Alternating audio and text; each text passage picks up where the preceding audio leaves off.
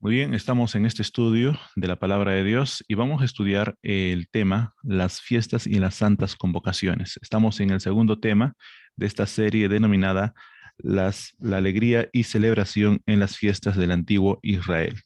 Estamos el día de hoy estudiando las fiestas de Jehová, las fiestas de Yahweh, según el Pentateuco. Y empezaríamos mencionando el siguiente versículo que vamos a tener a bien a compartir con ustedes ahí en la pantalla. Pero antes, vamos a iniciar con una oración para que el Espíritu Santo nos ayude a entender el mensaje de esta mañana. Querido Señor, te damos gracias una vez más porque tu palabra va a ser abierta, nos vas a hablar a través de ella. Ayúdanos a entender, Señor, el mensaje que tú tienes preparado para tu pueblo, para tu iglesia, para este tiempo del fin. Acompáñanos, Señor, en el estudio de tu palabra en cuanto a este tema tan importante que es una de las fiestas más importantes que dejaste al pueblo y que hasta el día de hoy, Señor, se conmemora y se recuerda, que es la fiesta de la Pascua, Señor. Ayúdanos a entender el propósito, el significado y lo que quisiste decirnos con esta fiesta tan importante. En el nombre de Jesús te lo pedimos. Amén y amén. Muy bien, apreciados Amén. hermanos, en esta mañana entonces vamos a repasar y estudiar una de las fiestas más importantes del pueblo de Israel, que son la fiesta de la Pascua.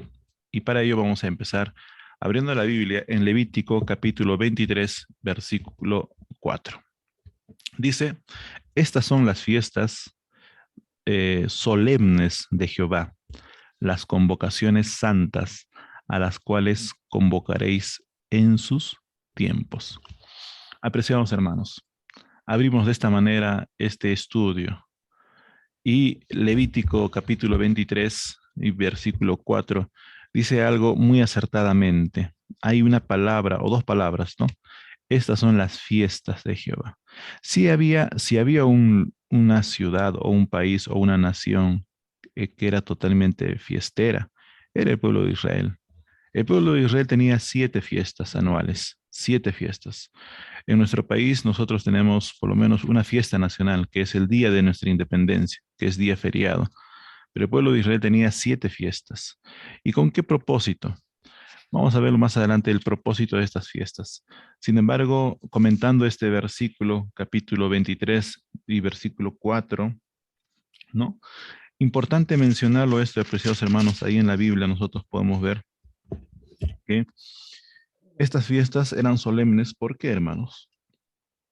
Porque en estas fiestas solemnes de Jehová, esto se repite, hermanos. Es una repetición de lo que está en el versículo 2. En el versículo 2 del libro de Levítico dice, habla a los hijos de Israel y diles las fiestas solemnes de Jehová, las cuales proclamaréis como santas convocaciones, serán estas. Hermanos, para colocar entonces el descanso sabático, por ejemplo, que es una convocación santa, el sábado de la creación, el séptimo día. También, hermanos, es importante saber porque el fundamento del tiempo sagrado existía antes del pecado y de la nación israelita, de modo que es válido para todos los humanos, ¿no? Guardarlo el sábado, el séptimo día. Las fiestas anuales también formaban parte del sistema ritual israelita, ¿no? Que de su camino a Canaán, en el tránsito, ¿no? Prefiguraban, hermanos, las realidades más importantes de la obra salvífica de Jesús. En realidad, cada fiesta, hermanos, va a tener una enseñanza en cuanto a Jesús, en cuanto al Mesías. Todos los israelitas miraban hacia el futuro. Cada vez que sacrificaban un cordero, ellos decían, este cordero está muriendo por mí, por mi culpa, él no merece la muerte, pero por mi pecado está muriendo. Esas enseñanzas, eh, ese ritual prefiguraban que, hermanos, apuntaban a qué? Al Mesías. Es por eso que de esta manera nosotros podemos ver, de manera de introducción, en el capítulo 23 de Levítico se van a registrar las fiestas y las santas convocaciones que el Señor ordenó a su pueblo que observase. En realidad son 7 en total. Tras 3 de ellas, de las 7, son las grandes fiestas del año. La Pascua, el Pentecostés y la fiesta de las cabañas. Vamos a estudiar el día de hoy la primera de ellas, que es la Pascua. Nos va a tomar el estudio de esta mañana, así que vamos a ir al mismo capítulo 23 y versículo 5. La Biblia dice, en el mes primero, a los 14 del mes, entre las 2 tardes, Pascua es ¿de quién? De Jehová. Hermanos, aquí bien claro el Señor dice, Pascua de Jehová. Para detalles respecto a la Pascua y a los panes sin levadura, que era otra fiesta que iba continuo a la preparación de la Pascua, al igual que la fiesta de los panes ácimos o los panes sin levadura y también de las primicias, que era otra de las fiestas que más adelante vamos a mencionar, ¿no? Recordaban, hermanos, a los israelitas el modo en que Dios los había liberado de Egipto. Se crucificó a nuestro Señor Jesús en el tiempo de Pascua, por ejemplo, como nuestro Cordero Pascual, para liberarnos de nuestra esclavitud de Satanás, el pecado y la muerte. Miren, hermanos, ustedes conocen, vamos a recordar en esta ocasión algunos incidentes que pasaron la noche previa a lo que es la Pascua. La Pascua, hermanos, no fue instituida hasta la liberación de Israel de Egipto. Esta Pascua conmemoraba el poder salvador de Dios demostrado en favor de Israel. En esa ocasión, apreciados hermanos, era una ocasión histórica y además era por lo tanto para ellos la Pascua para Jehová o la Pascua de Jehová.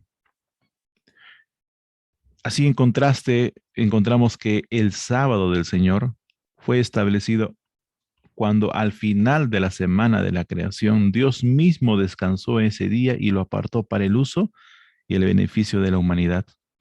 Todos, hermanos, todos los seres humanos deben la existencia al poder creador de Dios y están, por lo tanto, bajo la obligación ante Él de guardar siempre el día de reposo señalado por Dios. Así que, apreciados hermanos, amigos, la Pascua fue instituida como recordativo de la liberación de Israel de la esclavitud egipcia. Eso tienes que tener en mente. ¿Por qué? ¿Cuál es el propósito? ¿Cuál es el significado de esta fiesta? Que fue instituida como qué? Como recordativo de la liberación de los israelitas de la esclavitud egipcia. Es por eso que en el día 10, ¿no?, del primer mes se escogía un cordero para cada casa, según el número de personas. O si la familia era pequeña, 2 o más familias podían unirse para realizar el sacrificio. Y el cordero era guardado hasta el día 14. El día 14, según Levítico 23:5, ese día se tenía que degollar al atardecer al cordero. Pero ya ese cordero era separado 4 días antes. Y con la sangre del cordero se asperjaba en los postes y los dinteles de las puertas. Esa misma noche se comía la carne del cordero, no hervida en la forma habitual, sino que tenía que ser asada. Con el cordero solo eh, podía comerse pan sin leudar y hierbas amargas. Así que, hermanos, esto tiene un significado también, el de comer pan sin levadura y el comer hierbas amargas, que también tiene su significado. En tiempos luego posteriores, este ritual sufrió ciertas modificaciones, pero en esencia no cambió. Hasta el día de hoy, los judíos siguen celebrando tal cual como estaba en Levítico. Y hermanos, vamos a ver que el sacrificio de la Pascua se distingue por cuanto Dios lo llama mi sacrificio, dice Dios. Así que la Pascua recordaba la salida de Israel de Egipto. Eso tienes que saberlo. La Pascua, hermanos, recordaba la salida de Israel de Egipto. Era el día de liberación. Era el día en que ellos serían eh, emancipados. Ya no serían más esclavos. Ya serían libres. Pero también anticipaba a nuestra Pascua, que es Cristo, quien también había de ser sacrificado por nosotros. Si vamos a 1 Corintios 5:7, acertadamente Pablo dice lo siguiente. Vamos a 1 Corintios 5:7. Miren, apreciados amigos y amigas. La Biblia dice en cuanto al sacrificio de Jesús, 1 Corintios capítulo 5 y versículo 7. Dice, limpiaos pues de la vieja levadura para que seáis nueva masa, como sois sin levadura, porque nuestra Pascua, que es Cristo, ya fue sacrificada por nosotros. En el tiempo después de Jesús, algunas celebraciones continuaban. Si bien es cierto, algunos rituales dejaron de tener significado y de ser practicados. Sin embargo, esta Pascua, apreciados hermanos, miren, cuán importante es. Por eso es que estamos empezando el estudio de estas 7 fiestas con esta que es la más importante. Así que, apreciados amigos, en varios aspectos, la Pascua adecuadamente representaba la crucifixión. ¿Qué representaba entonces, hermanos, la Pascua? ¿Qué representaba? La crucifixión. ¿La crucifixión de quién? De Jesús. Así que cuando se hacía ello, cuando esto representaba la Pascua, que era la crucifixión, en la crucifixión, por ejemplo, no fue quebrantado ningún hueso del cuerpo de Cristo. De igual manera, apreciados amigos, no se debía quebrantar ni un hueso del Cordero Pascual. No. Miren, vayamos a Éxodo 12:46, para que vean ustedes que no se debía quebrar ningún hueso de este cordero que era sacrificado. Éxodo 12:46. Éxodo 12, versículo 46. Si alguien tuviera, por favor, nos ayuda con la lectura. Si alguien tuviera, para poder acompañarnos con la lectura. Éxodo 12:46.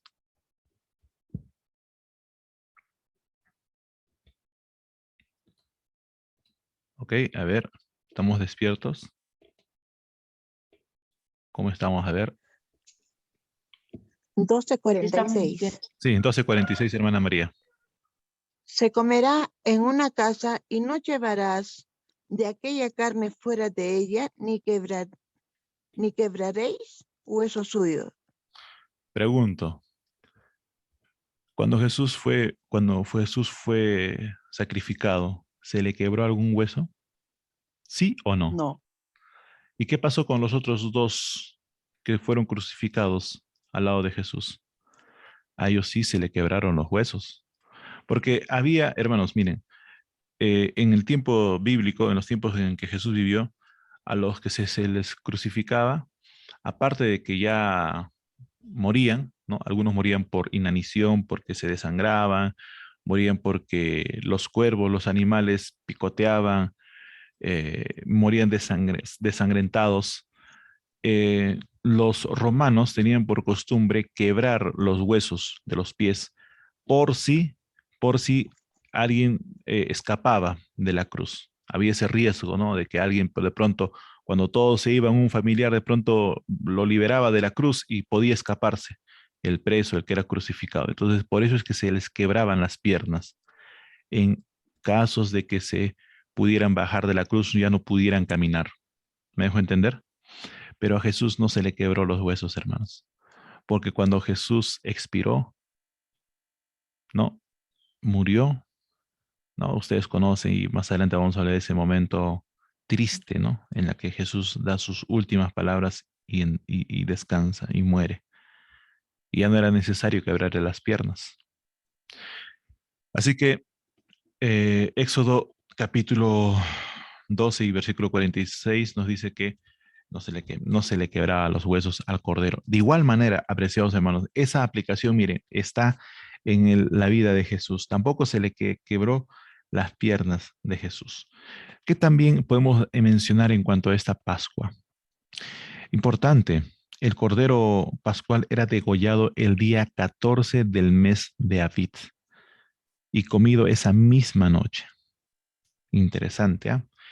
Era degollado el día 14 del mes de Abit. La sesión pasada habíamos visto un poco del calendario hebreo, ¿no? Vamos a ver el día de hoy también el calendario desde otra perspectiva. Y vamos a mandar también por el grupo de WhatsApp material para que usted tenga más o menos, para que usted comprenda, porque yo decía en la sesión pasada que el pueblo de Israel tenía dos calendarios, uno civil y uno religioso. ¿Ok? Pues bien, era degollado el día 14 del mes de Abit y comido esa misma noche.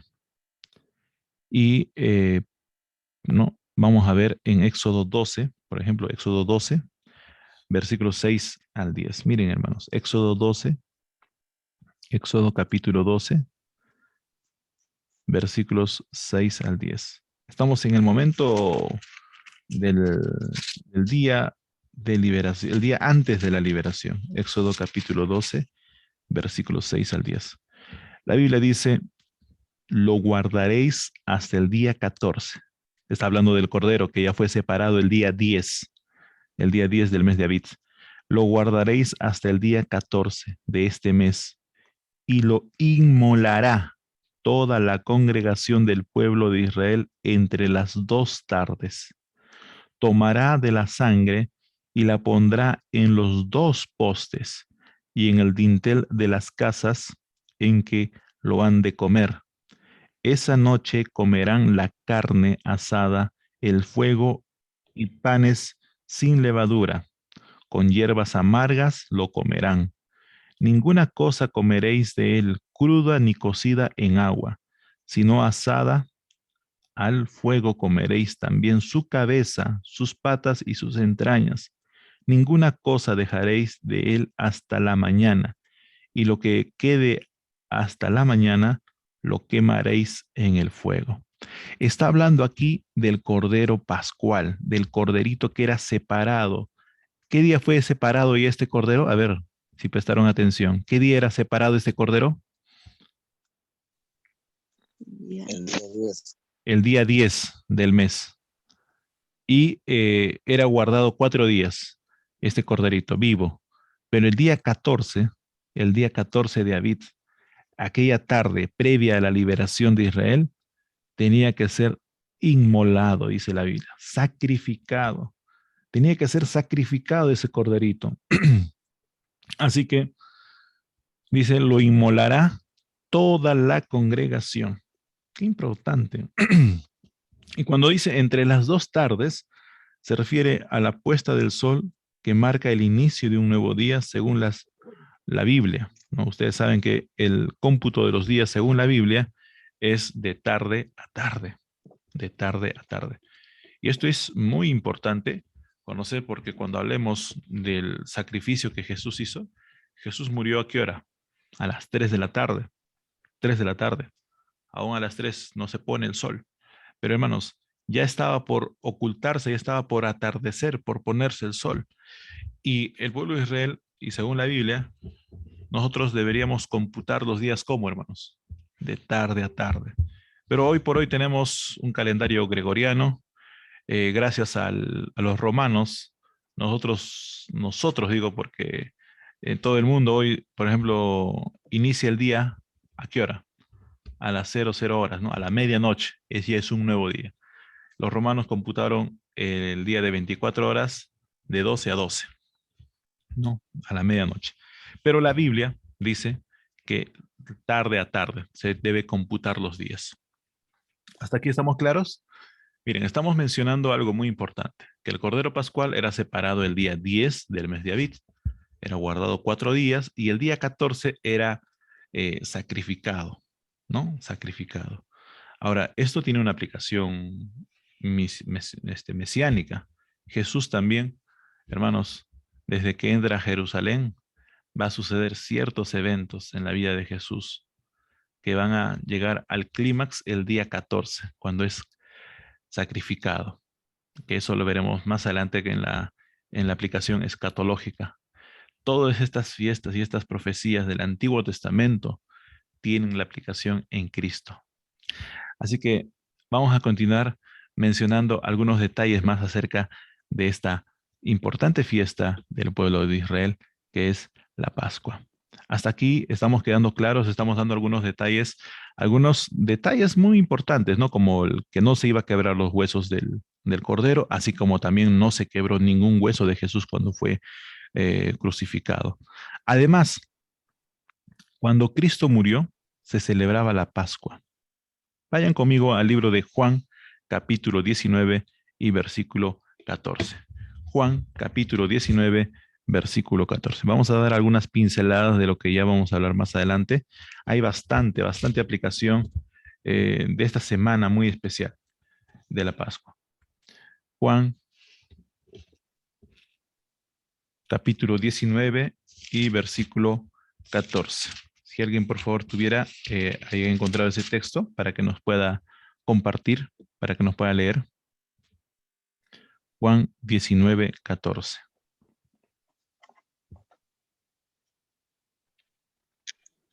Dice, era el día de la preparación para la Pascua cerca del mediodía. Aquí tienen a su rey, dijo Pilato a los judíos. Bien.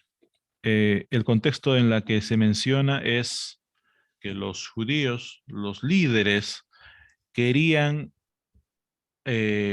celebrar, entre comillas, con las manos limpias, ¿no? Pero ustedes conocemos que los líderes religiosos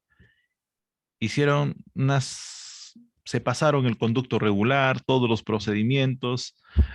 Tengo un tema preparado, una serie denominada el juicio de Jesús, ¿no? El juicio de Jesús, desde un aspecto jurídico, ¿no? He consultado con algunos abogados juristas en cuanto al tratamiento jurídico, ¿no? De Jesús. Hoy por hoy, cualquier preso, cualquier persona que es acusada de un delito se le tiene que probar y tiene un procedimiento. En cualquier país tiene un inicio, tiene varios días que se tiene que evaluar y llevar un juicio, ¿no? Pero en el tiempo de Jesús era similar, era similar. Lo que hoy nosotros tenemos en el derecho es aplicado gran parte heredado del Imperio Romano, y el Imperio Romano sojuzgaba los territorios que en esta mañana o en esa ocasión estaba el pueblo de Israel. Así que ellos tenían también sus normas, tenían sus procedimientos, pero con Jesús saltaron todo eso porque querían entrar a la Pascua, a la celebración de la Pascua, lavándose las manos ahí. Así que por eso es que aceleraron el procedimiento, el todo, ¿no? Para que Jesús muriera. Y todos, hermanos, estaba ya aquí prefigurado. Es por eso que debes conocer, importante saber acerca de la Pascua o del Antiguo Testamento. Y estamos viendo ahorita cuándo fue instituida, hermanos. No estamos entrando todavía a los detalles de la fiesta en sí. Estamos viendo el día antes. ¿Por qué? Porque es importante conocer, porque de en adelante, apreciados amigos, con la celebración de la Pascua, el pueblo de Israel se la llamaría una nación grande. ¿Recuerdas cuando Moisés dijo en Deuteronomio, ¿qué nación grande hay? Yo pregunto, hermanos, amigos, Israel todavía no era nación, no era un país. Con la celebración de la Pascua, Israel estaba convirtiéndose en una nación. Imagínate, aún siendo esclavos, ya ellos estaban preparándose para ser una nación. No por sus fuerzas, no porque ellos hicieron algo. Ellos no hicieron nada para liberarse. Vamos a ver ahora qué es lo que Dios hizo para liberar al pueblo de Israel. Y esto es muy crucial e importante conocer, porque esta es una de las fiestas más importantes, y con esta fiesta de liberación, con esta fiesta que simboliza la crucifixión de Cristo, que era el cordero que quita el pecado del mundo. Este cordero que era inmolado allá en la esclavitud todavía. Estamos hablando de esto cuando Israel todavía está en Gosén, en territorio egipcio, donde eran esclavos. El oficio de los israelitas era hacer adobe, ladrillos, hacer para las pirámides. Ese era el trabajo, ese era el castigo que ellos tenían que hacer todos los días. Ahora es importante, apreciados hermanos, que nosotros podamos un poco conocer el antes de poder comprender el sacrificio de Jesús también. Bien, vamos con un último detalle en cuanto a esta fiesta muy importante. Finalmente, la Pascua y la fiesta de los panes sin levaduras están repletas de verdades evangélicas. Al degollar, por ejemplo, el cordero, se tomaba una medida para salvar a los primogénitos, pero la muerte del cordero no bastaba para asegurar la salvación. Repito, la muerte del cordero no bastaba para asegurar la salvación. ¿Por qué no bastaba, Bre? ¿Por qué no bastaba solamente la muerte del cordero? La orden de Jehová fue la siguiente: sacrifiquen el cordero y con la sangre del cordero, ¿qué hice? Ahí acá en esta ilustración, en esta imagen, ustedes pueden ver al padre de familia. ¿Qué está haciendo? ¿Qué está haciendo ahí? ¿Se logra Haciendo la visualizar? señal de la sangre de Cristo y en la puerta. Lo Ahí está, no pueden entrar nada. ajá, muy bien, lo está pintando. Está pintando, está con una brocha, ¿no? Si en el tiempo actual sería una brocha. La sangre, ¿en dónde? En la puerta de su casa. Repito, apreciados amigos, no bastaba la muerte solamente del cordero. No bastaba cuidar. Esta orden fue dada en el contexto de la última plaga. ¿Se acuerdan ustedes la última plaga enviada a Egipto? ¿Qué decía la última plaga? Que todo primogénito, ¿no? Iba a morir. Pero ahora el ángel destructor pasaría y toda aquella casa que no estuviera pintada el dintel de su puerta con la sangre del cordero, el primogénito de esa casa moriría. ¿Se entiende? Yo quisiera que si estás entendiendo el significado es el siguiente. No basta solamente con sacrificar al cordero, no, sino que hay que ser, pintar. ¿Y eso qué conlleva? A ver, ¿qué conlleva eso? Conlleva que la persona tenía que tomar esa sangre del balde o del recipiente y llevarlo afuera y pintar la casa. ¿Qué pasaba si algún hogar israelita no estaba pintado la puerta, el dintel con la sangre del cordero? Le entraba la muerte al primogénito. El primogénito de la casa moría. Imagínate que tú tengas un único hijo. Algunos tenían solamente un hijo, no tenían varios hijos. En algunos casos era el primogénito y el unigénito, no tenían más hijos. Ahora, no importaba la edad, si el hijo ya era mayor, si tenía 30, 40 años y era único hijo, ese primogénito moría. Y la orden era que todo el pueblo de Israel tenía que pintar el dintel de su puerta con la sangre del cordero. Repito, no basta solamente la muerte del cordero. Tenemos que pintar las puertas de nuestra casa con la sangre del cordero. No solamente basta. ¿De qué sirve que Jesús muere en la cruz cuando tú no aceptas el sacrificio de Jesús? Cuando tú aceptas el sacrificio de Jesús, cuando tú dices, sí, soy pecador y acepto la sangre de Cristo que me salva de pecado, tú estás pintando la puerta de tu casa con la sangre del Cordero. ¿Me dejo entender? No solamente es aceptar la muerte de Cristo, sino que es vivirla todos los días, vivir en Cristo. Cuando uno entraba al santuario terrenal, cuando después ya cuando se instaura el santuario, ¿qué era el primer mueble cuando el pecador entraba al santuario, qué era el primer mueble que se veía? El sacrificio del altar. Y eso tiene una aplicación. En el sacrificio del altar, ¿qué se hacía? Se sacrificaba a los animales. Eso tiene una aplicación en la vida de Jesús en la cruz del Calvario, por ejemplo. Entonces, todo lo que vamos a aprender en el Nuevo Testamento tiene su fundamento en el Antiguo Testamento. Así que es un craso error decir que el Antiguo Testamento es para el pasado. A veces da pena escuchar cuando dicen, no, es que esas fiestas, lo que está en el Antiguo Testamento fue para el pueblo judío, entre comillas. Y de ahí se agarran muchos, dicen, no, es que el sábado también fue dado por Moisés, en la ley de Moisés. No era la ley de Moisés, es la ley de Dios. Moisés escribió leyes, sí, que escribió en un libro, sí, pero pregunto, ¿qué estaba dentro del arca del pacto? ¿Qué había dentro del arca del pacto? Habían 3 objetos. ¿La tabla de qué? De los 10 mandamientos. Estaba la vara de Aarón, que floreció, y estaba el maná, que simboliza el sustento de Dios en toda la peregrinación. Eso estaba dentro del arca del pacto.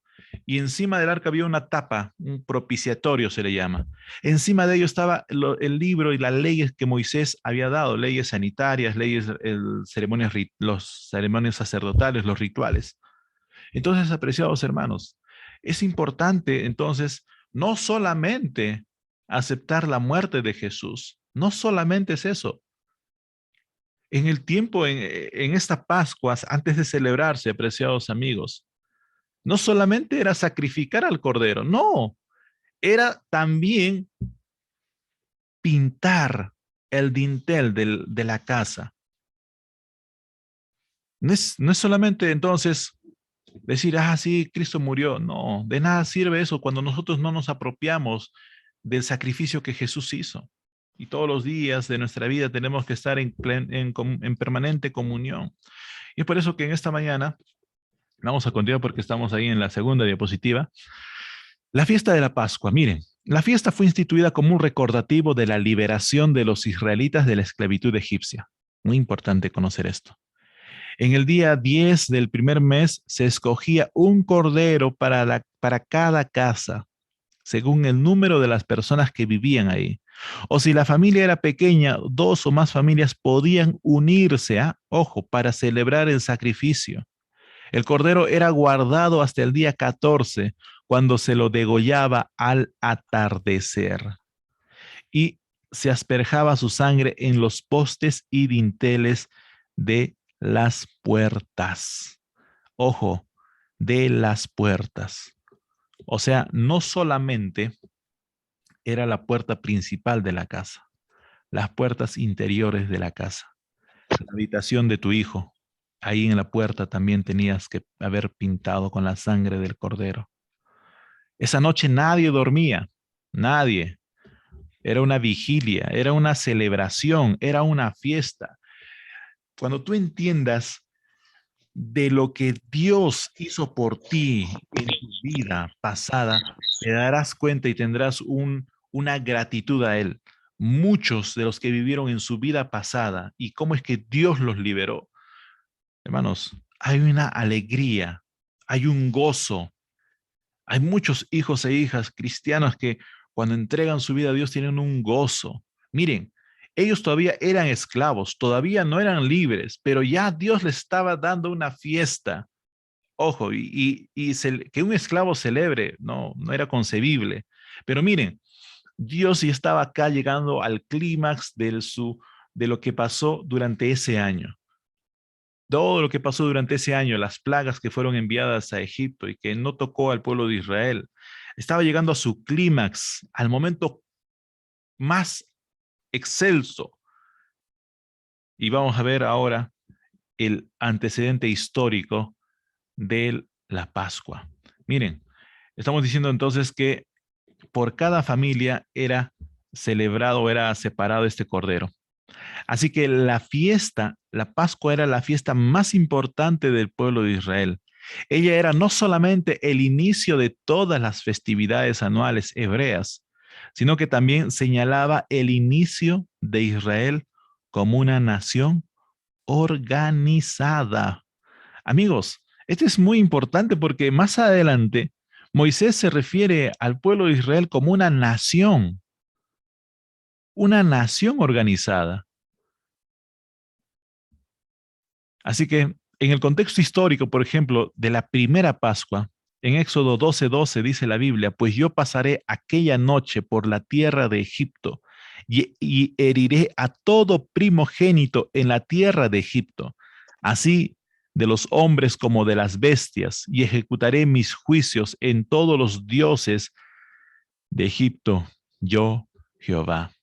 Apreciados amigos, esto es muy importante porque no solamente morirían los seres humanos, todo animal primogénito también murió. Era un día, hermanos, de mortandad nacional, desde el más adulto. Imaginemos que había un hijo primogénito que ya tenía 50, 60 años. Esa persona también moriría. Desde el más pequeñito, desde el que acababa de nacer, también moriría. Los animales también, los primogénitos de cada animal también. Hermanos, imagínate todo el país viendo morir a sus primogénitos. Tremendo. Mire, y todo esto fue consecuencia de ¿qué? Del endurecimiento del corazón del faraón, de no dejar libre al pueblo de Israel. Y en esta mañana yo te digo también, Jesús vino a este mundo a morir por ti y por mí para liberarnos del pecado. Ya no tenemos que vivir en vicios, ya no tenemos que vivir en este mundo de pecado. Vivimos en el mundo, pero no somos del mundo. ¿Me dejo entender? Miren, la aplicación personal podría ser, yo viví una vida de pecado, pero cuando conocí a Jesús, acepté su sacrificio, hoy vivo para Él. Pero lamentablemente el enemigo también se infiltra y hace que no te impide que vayas a la iglesia, pero te impide que estés distraído. Quizás nuestra vida personal no esté a cuentas con Dios. Pero ese es otro tema. En esta mañana estamos estudiando un tema que vamos a reflexionar. Espero que este tema nos llame la atención al pasado y nos haga reflexionar acerca de nuestra vida, cómo estamos como hijos de Dios. Así que incluso hoy, esta Pascua también se le llama Pesaj. También se le llama Pesaj. Vamos a escribir aquí para que también ustedes puedan. Se le llama Pesaj. Ok. Esta Pascua era la primera de las fiestas en el calendario festivo judío y aún sigue siendo la más grande de las fiestas judías, apreciados amigos. Era sobre todo el recordatorio constante del día y la forma como es que Jehová rescató a su pueblo de su condición de esclavitud de Egipto. Dios mismo estableció para Israel que ese día fuera recordado perennemente, celebrado como una fiesta solemne para Jehová mientras ellos existieran. Era pues una fiesta de alegría y regocijo, ya que se celebraba el comienzo de la libertad tras siglos de amargura, opresión. Y la libertad y la liberación en todos los pueblos apreciados a lo largo de la historia humana siempre ha sido y sigue siendo motivo constante de regocijo. Aquí en el Perú, no sé si en tu país, pero aquí en el Perú, por ejemplo, estamos este año 2021 celebrando 200 años, el bicentenario, 200 años, entre comillas, de liberación, de ser independientes, de ser oprimidos, 200 años. En tu país, no sé cuánto tiempo esté tu país gozando la independencia, pero espiritualmente, apreciados hermanos, el día de tu bautismo es un nuevo nacimiento. Yo no sé, muchos recordamos más nuestro cumpleaños terrenal, el día que nacimos, que recordamos nuestro nacimiento en Cristo. Sería muy bueno recordar el nacimiento en Cristo, el día que tú entregaste tu vida a Dios, porque el día que tú entregaste tu vida a Dios a través de las aguas bautismales es que tú naciste para una nueva vida, una nueva criatura. Ese día fue un matrimonio con Dios. Tú entregaste tu vida públicamente a Dios. Sería muy bueno recordar también el día de tu bautismo. Así que, apreciados hermanos, miren, entonces esta fiesta era una de las más importantes del pueblo de Israel. Y ahora vamos a ver un poco los antecedentes, el antes de, cómo es que Dios tuvo que llevar al pueblo de Israel a celebrar esta primera Pascua. Vamos a ver entonces a continuación lo que tenemos aquí en este mapita. Ustedes ven en esta línea de tiempo algunos nombres. Para muchos es la primera vez que van a leer.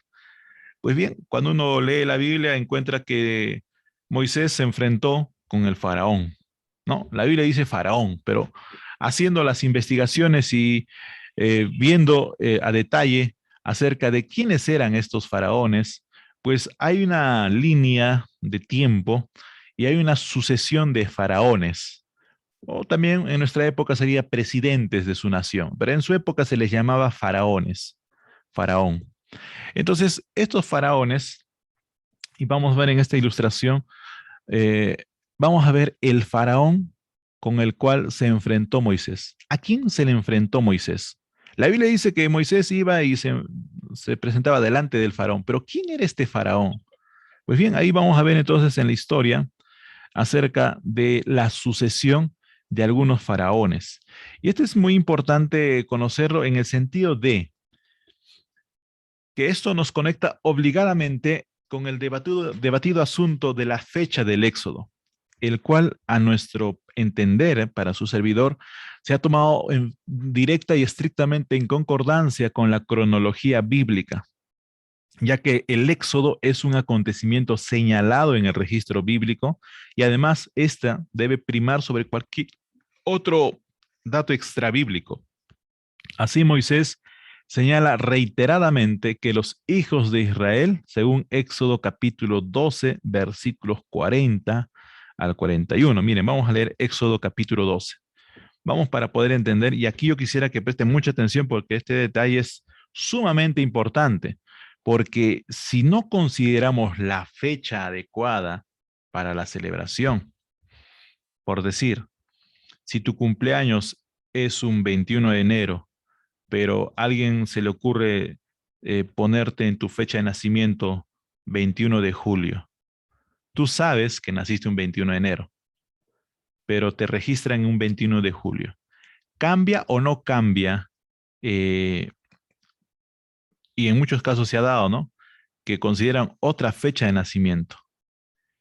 Las personas que te van a pedir tus documentos van a ver que tú estás registrado en otra fecha que no te corresponde, que es un 21 de julio. Pero tú sabes que naciste un 21 de enero porque tus papás te lo dijeron, pero tus documentos están con otra fecha. Es importante entonces conocer el tiempo en qué año fue el Éxodo. Y en base a eso, desde ahí se comienza a hacer toda la cronología, desde antes incluso, pero colocando estas fechas, ¿no? Se tiene. ¿Qué pasaría si nosotros encontramos en los registros, no tenemos una fecha adecuada? Si bien es cierto, aquí no dice en qué año específicamente en la Biblia, pero a través de la cronología bíblica podemos encontrar. Entonces leemos, apreciados amigos, Éxodo capítulo 12, versículo 40 y 41. ¿Alguien lo tiene? Si nos ayuda con la lectura, por favor.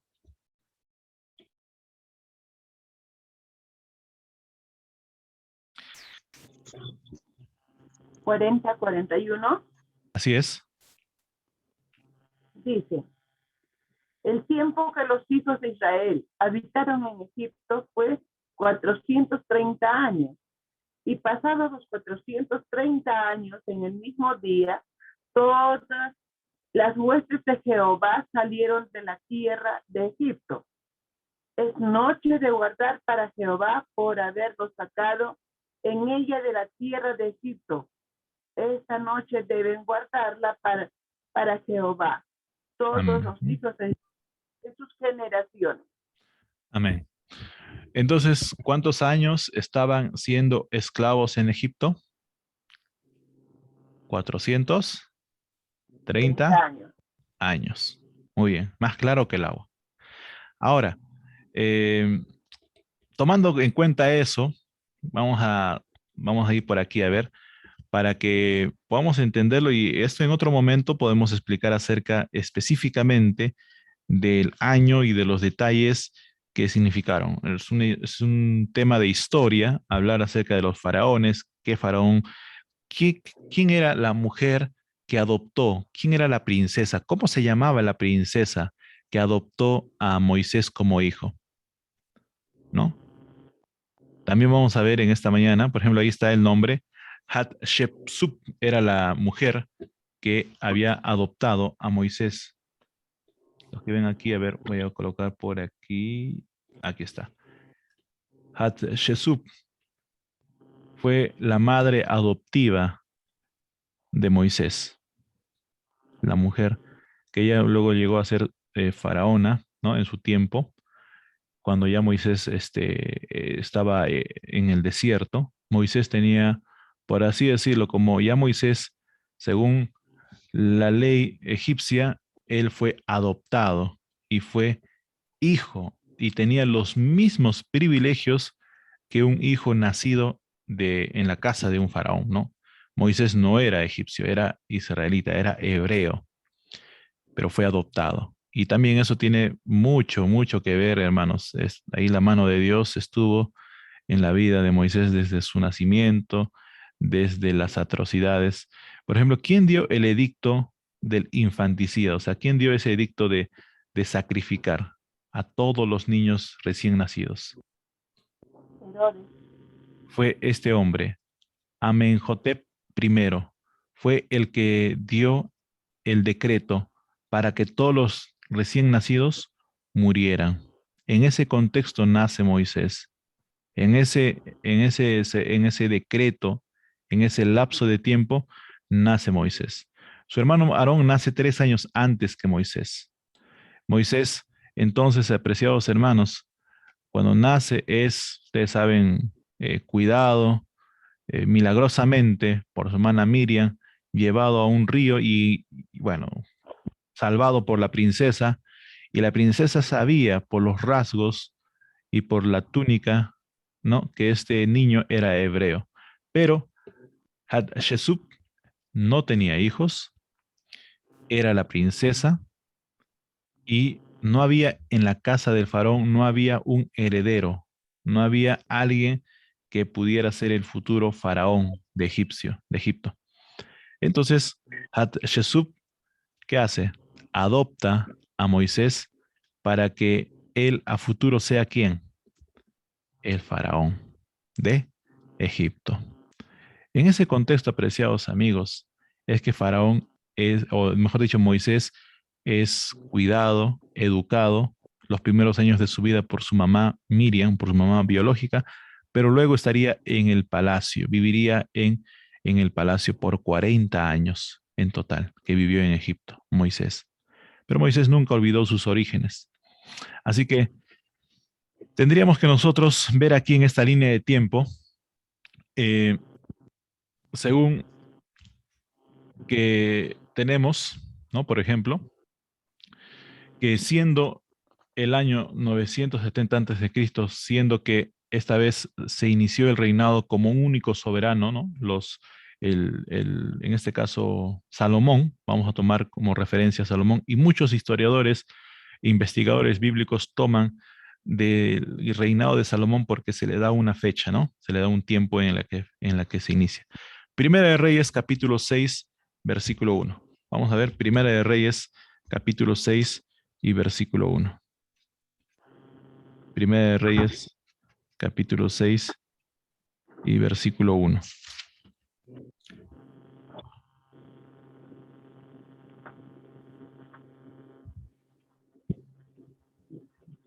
En el año 480, después que los hijos de Israel salieron de Egipto, el 4.º año del reinado de Salomón sobre Israel, en el mes de Sif, que es el mes segundo, comenzó él a edificar la casa de Jehová.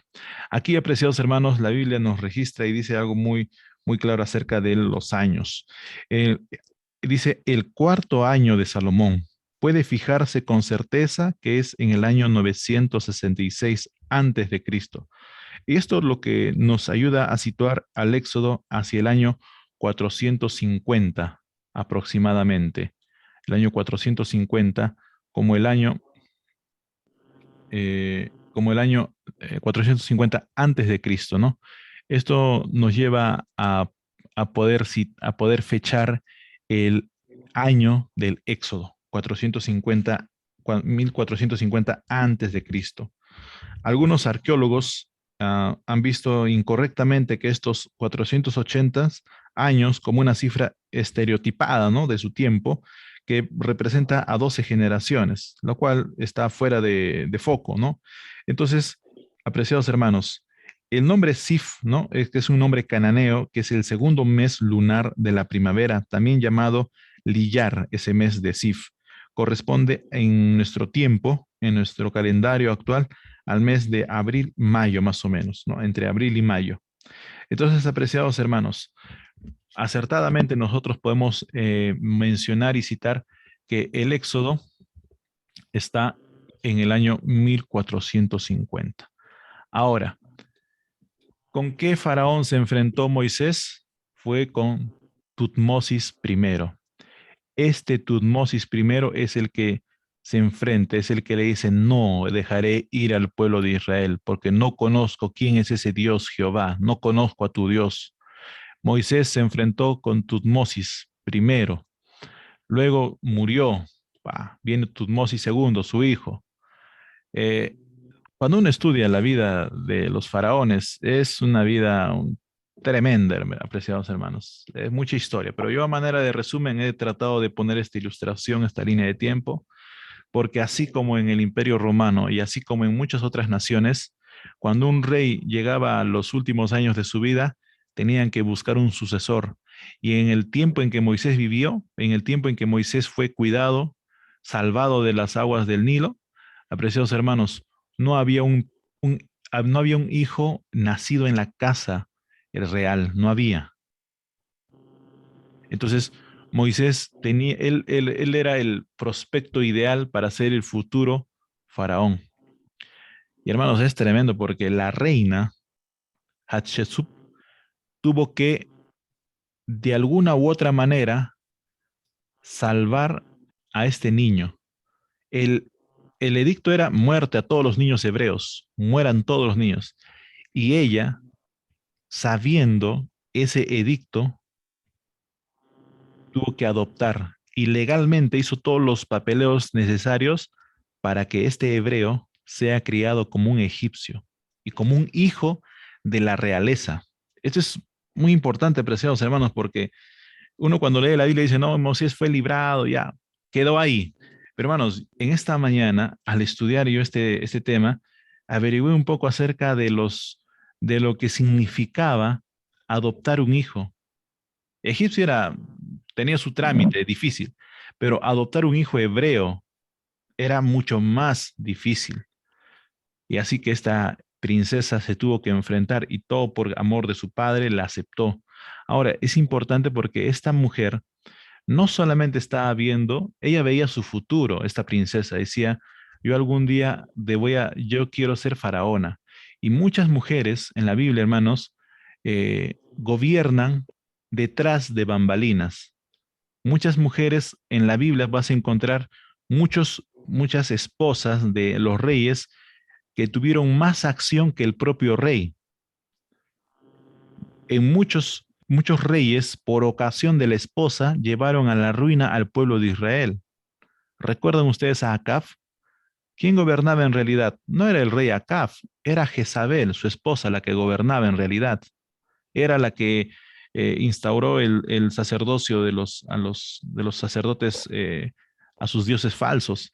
En fin, uno cuando puede ver en la Biblia puede encontrar bastante. Siempre las mujeres, las mamás también tuvieron bastante que ver en el fracaso o el éxito de un rey. Siempre usted va a encontrar en la Biblia, detrás de un gran o al lado de un gran hombre, siempre va a haber una mujer, ya sea para lo bueno, para el éxito o ya sea para llevarte al fracaso. En la Biblia también encontramos bastantes referencias a ello. Hatshepsut, y de igual manera, buscaba asegurarse el trono para ser faraona en su tiempo. Pero luego de que Moisés huye al desierto, dejó todo, lo dejó todo, y ahí entró Tutmosis para poder ser faraón. Así que, apreciados hermanos, Moisés salió por la puerta de atrás, huyó de Egipto, era un perseguido político, si lo llamáramos en nuestra época. Moisés tuvo que huir y refugiarse en el desierto. Y bueno, tú conoces el relato bíblico. Lo que yo quería dar este detalle era del contexto en la que Moisés fue librado. Sabemos que fue librado por mano de Dios, pero Dios usó a esta princesa para cuidar y proteger a este niño, que un día, imagínense, ese niño que un día estaba siendo preparado en la mejor universidad de su época. Moisés estudió en la mejor universidad de su época. Él fue preparado para ser el faraón. Fue preparado para ser el presidente de su país. Ahora entiendes cuando Pablo dice Moisés lo dejó todo y se fue como viendo a lo invisible. Por eso es que Moisés es lo que es. Por eso es que Moisés, cuando regresa a Egipto, ya murió con el que se enfrentó. Murió aquel que había dado el edicto de matar a todos los niños. Murió con quien había crecido.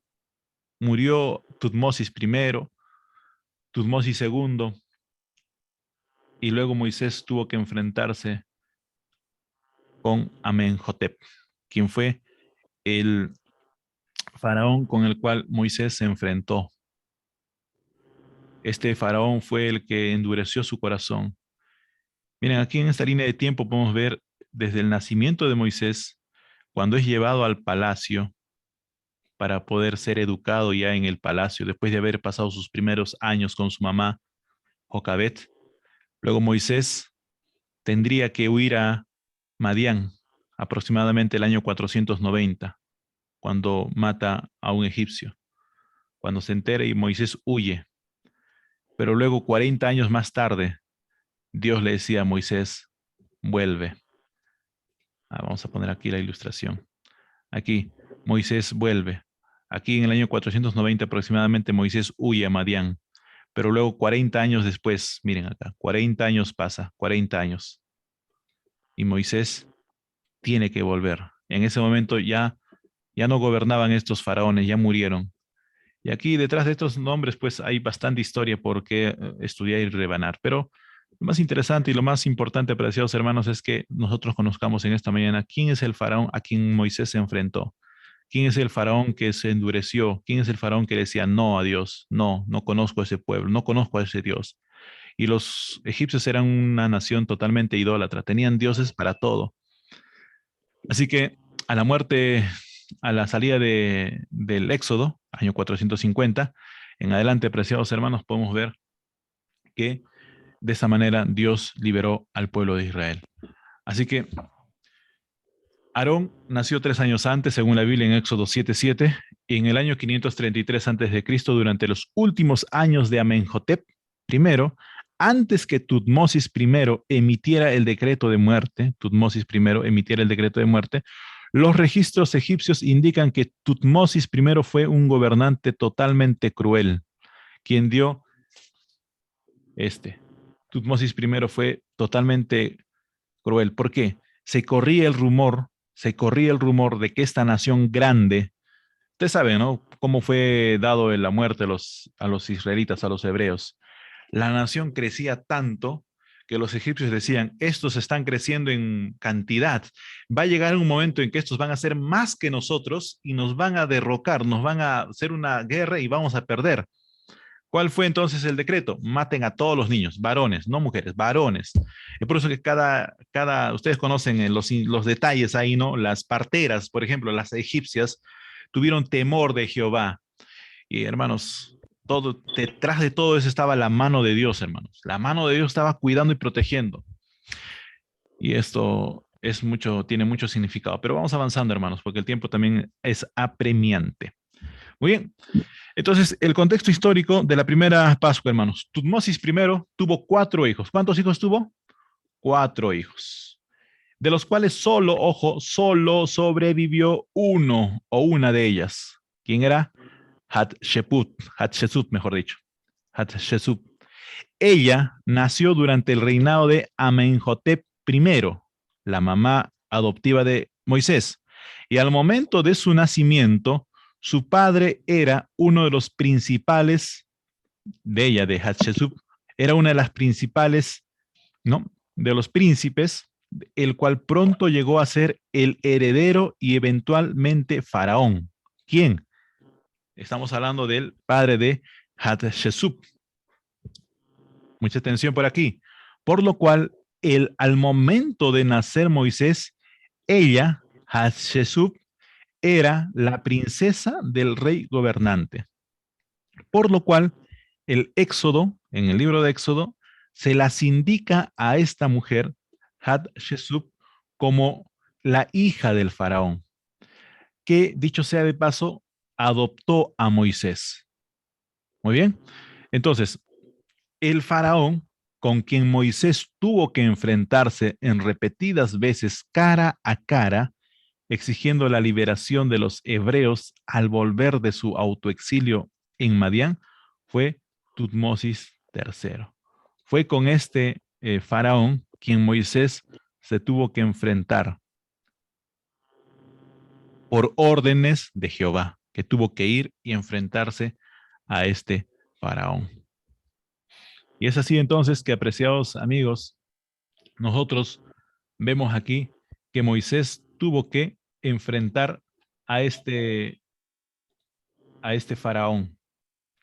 Y este es muy importante, un detalle no menos importante. Tutmosis III fue sucesor de Hatshepsut, quien reinó sobresalientemente y emprendió una larga guerra contra los asiáticos, inaugurando así una vigorosa victoria política exterior que muy pronto, ¿no?, tendría que ver con la desaparición de Hatshepsut.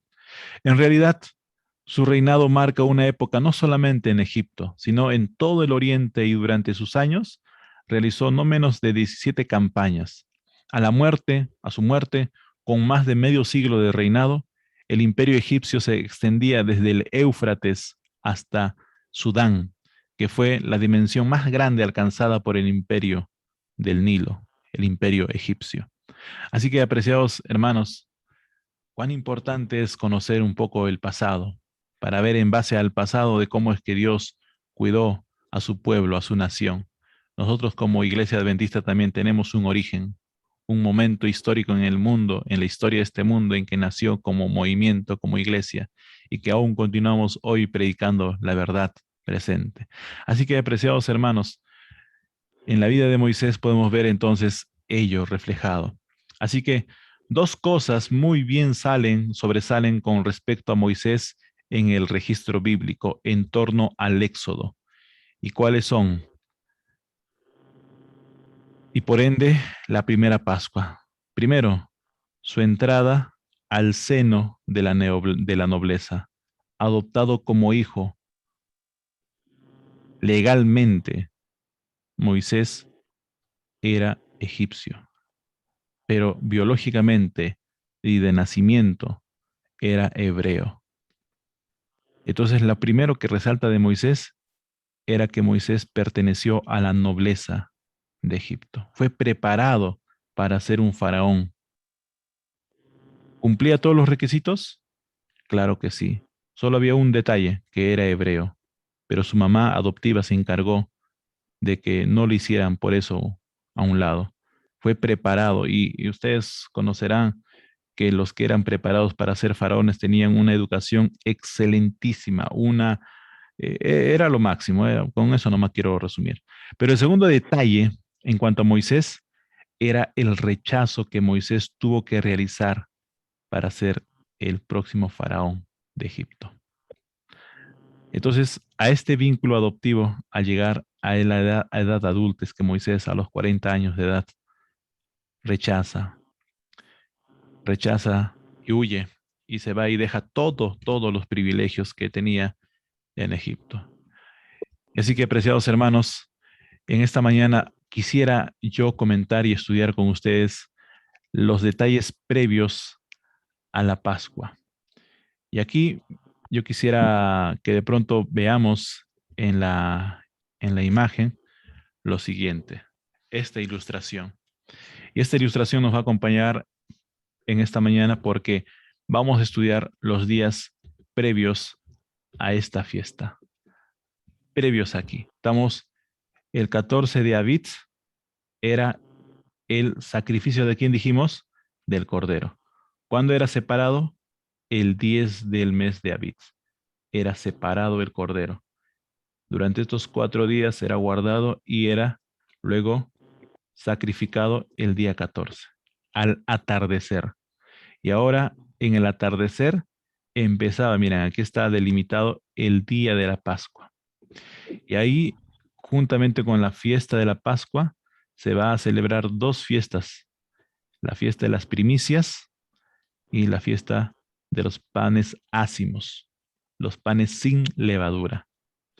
Pero antes de ello, vamos a estudiar lo que ocasionó el día de la Pascua, lo que ocasionó el día de la liberación. los días previos. Y vamos a estudiar en esta mañana las plagas que fueron enviadas por ¿quién? Por Dios, por terquedad de ¿quién? Del faraón. Durante más o menos aproximadamente un año, Moisés tuvo que lidiar con el faraón para que deje de ir al pueblo a adorar a Dios. Y el faraón, entercado en su corazón, no los dejaba ir, no los dejaba ir. Y es así que Dios tuvo que tomar por su propia mano y vencer a los dioses de Egipto. Vayan conmigo, por favor, rápidamente vamos a ver lo que ocasionó la liberación de la Pascua y luego la celebración de la Pascua. Por ejemplo, Éxodo 17, 14 al 25. Vamos rápidamente, Éxodo 7, 14 al 25. Cada vez que Dios mandaba una plaga, era un ataque directo a los dioses de Egipto. Y vamos a ver que no hay Dios más grande que Jehová. Vamos a ver en esta mañana que inicialmente, en las primeras plagas, Satanás va a copiar, va a imitar, pero va a haber plagas que va a ser imposible imitar. Éxodo 7, 14 al 25. Por favor, si alguien nos acompaña con la lectura. Éxodo 14 al 25.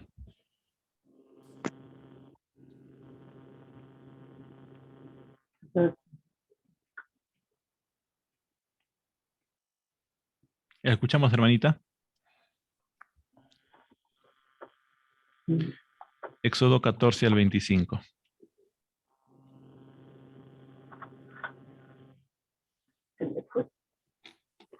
Éxodo 14 al 25.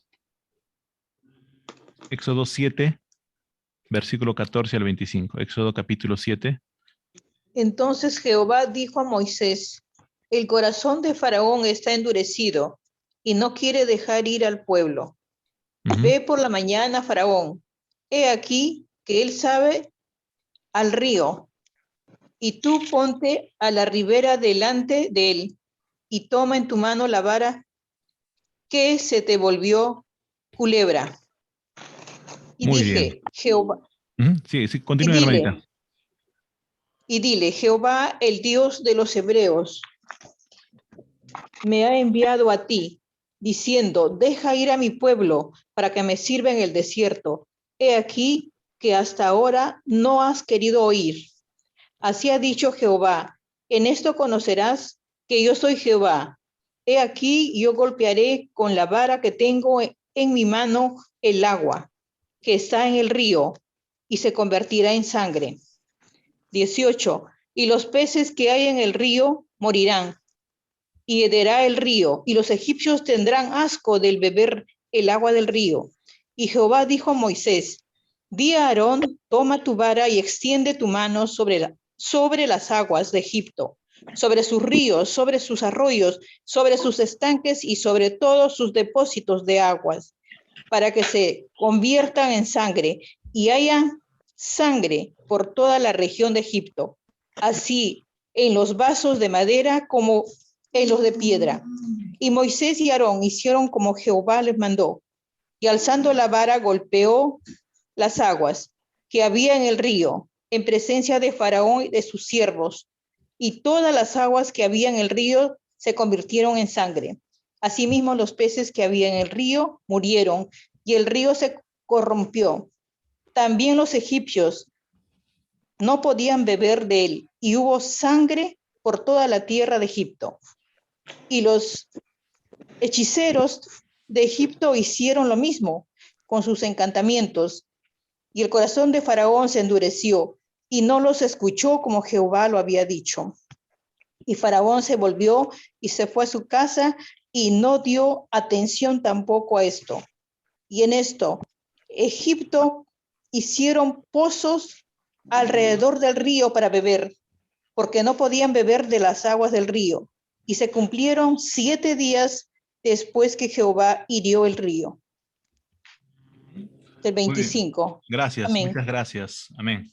Entonces, ahí la primera plaga que es el agua convertida en ¿qué? En Sangre. sangre. Sangre. Hermanos, esta primera plaga, ¿sabían ustedes? Esta primera plaga iba directamente a atacar a 3 dioses egipcios.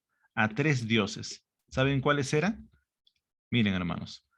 Al primer dios egipcio, a quien se le atacó con esta plaga, era al dios Api.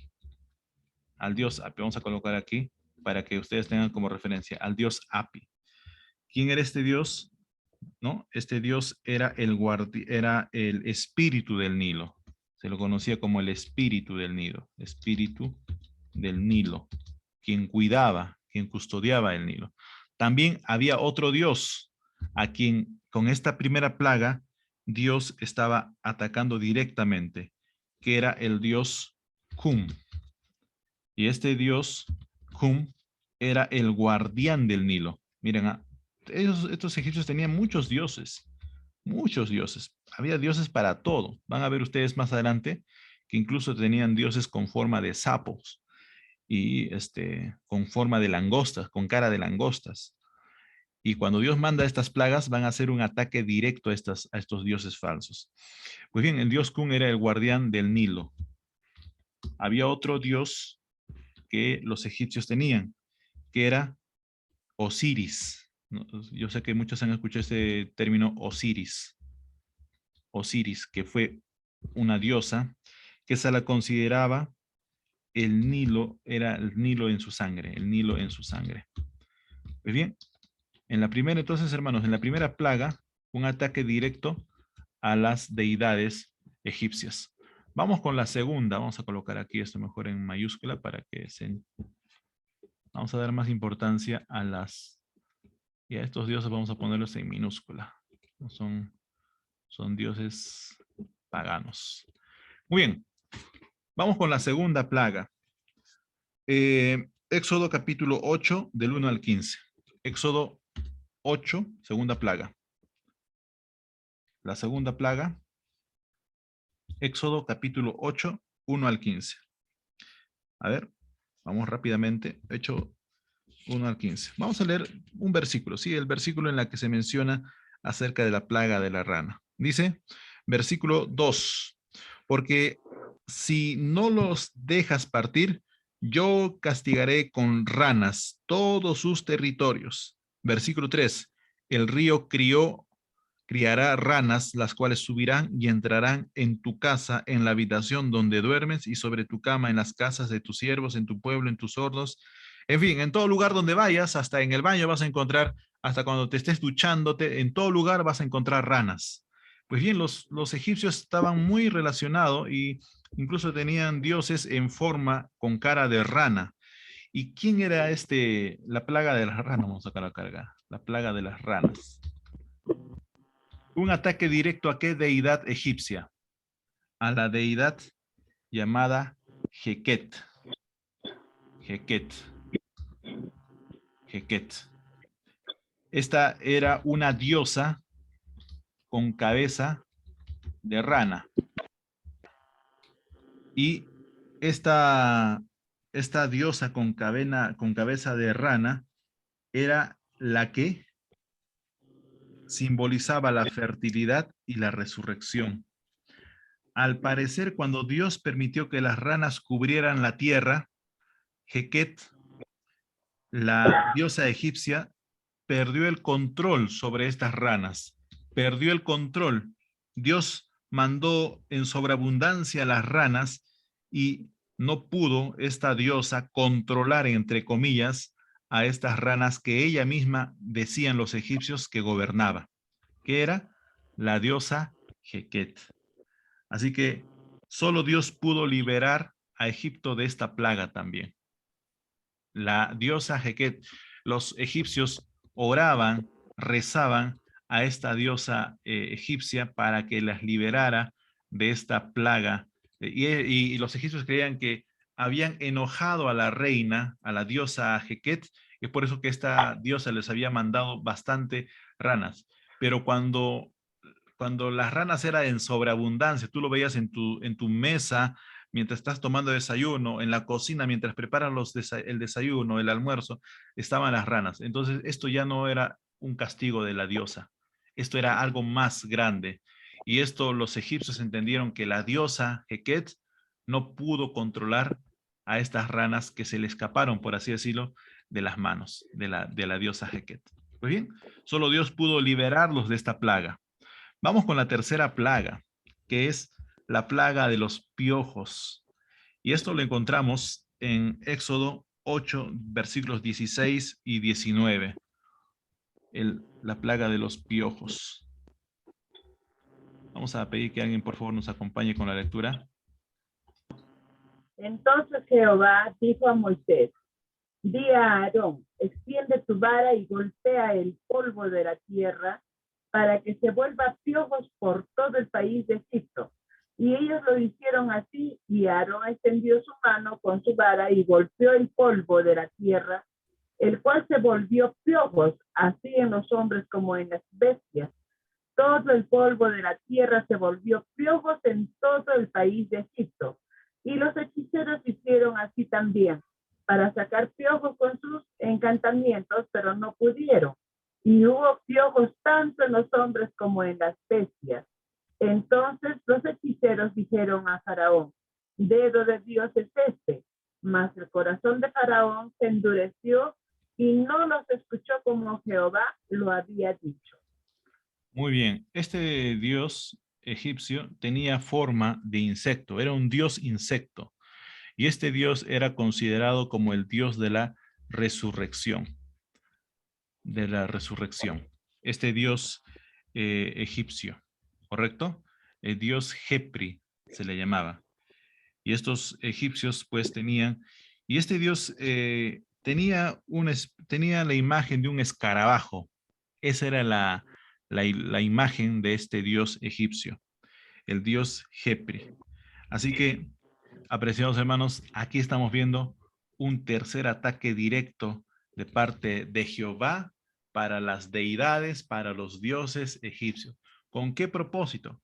Con el propósito de hacerle ver al faraón que le deje ir y con el propósito de hacer que sus dioses no son nada en comparación a quién. ¿Ustedes recuerdan cuando la primera ocasión en que Moisés se presenta ante el faraón, cuando lanza la vara y la vara se convierte en serpiente? ¿Qué hicieron los magos del faraón? De igual manera, imitaron lo que Moisés hizo. Entonces muchos decían, no, lo que tú estás haciendo no, mis magos lo pueden hacer. Faraón decía, no, yo no creo en tu Dios. Lo que tú acabas de hacer es una simple magia. Miren, hermanos, miren la osadía que tenía el faraón de decir, ¿no? Y ahora, es más, el faraón era considerado un dios intocable, era una divinidad, el faraón. Y ahora, vemos en esta tercera plaga que sus dioses Cum, Hapi, dios Osiris, dios Heket, dios Jepri, no son nada, porque Dios es poderoso. Amén. Ahora miren, otro ataque directo a otra deidad egipcia. En realidad, hermanos, las 10 plagas, nosotros lo leemos en la Biblia y qué hermoso, ¿no? Las plagas, hay uno sobre otro, sobre Egipto. Pero hermanos, en esta mañana espero que tú estés entendiendo algo. En realidad, hermanos, las 10 plagas era una batalla entre Jehová y todos los dioses de Egipto.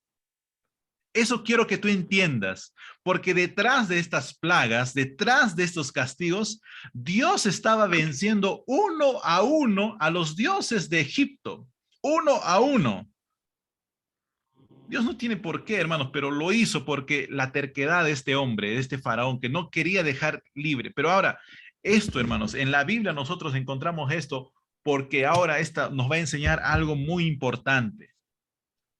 En tu vida, en mi vida, no hay nada, no hay plaga alguna, hermanos. Pandemia que venga, pandemia tras pandemia, hermanos, una tercera o cuarta ola, hermano. Cuando estamos en los brazos de Jesús, cuando su manto de justicia nos cubre, hermanos, si descansamos en este mundo, hayamos descansado, hermanos, con un propósito, habiendo llevado la palabra de Dios. De nada sirve que acumulemos cosas y cosas cuando al final nos vamos a morir. Todos sabemos que vamos a morir tarde o temprano. Pero hermanos, miren aquí la aplicación.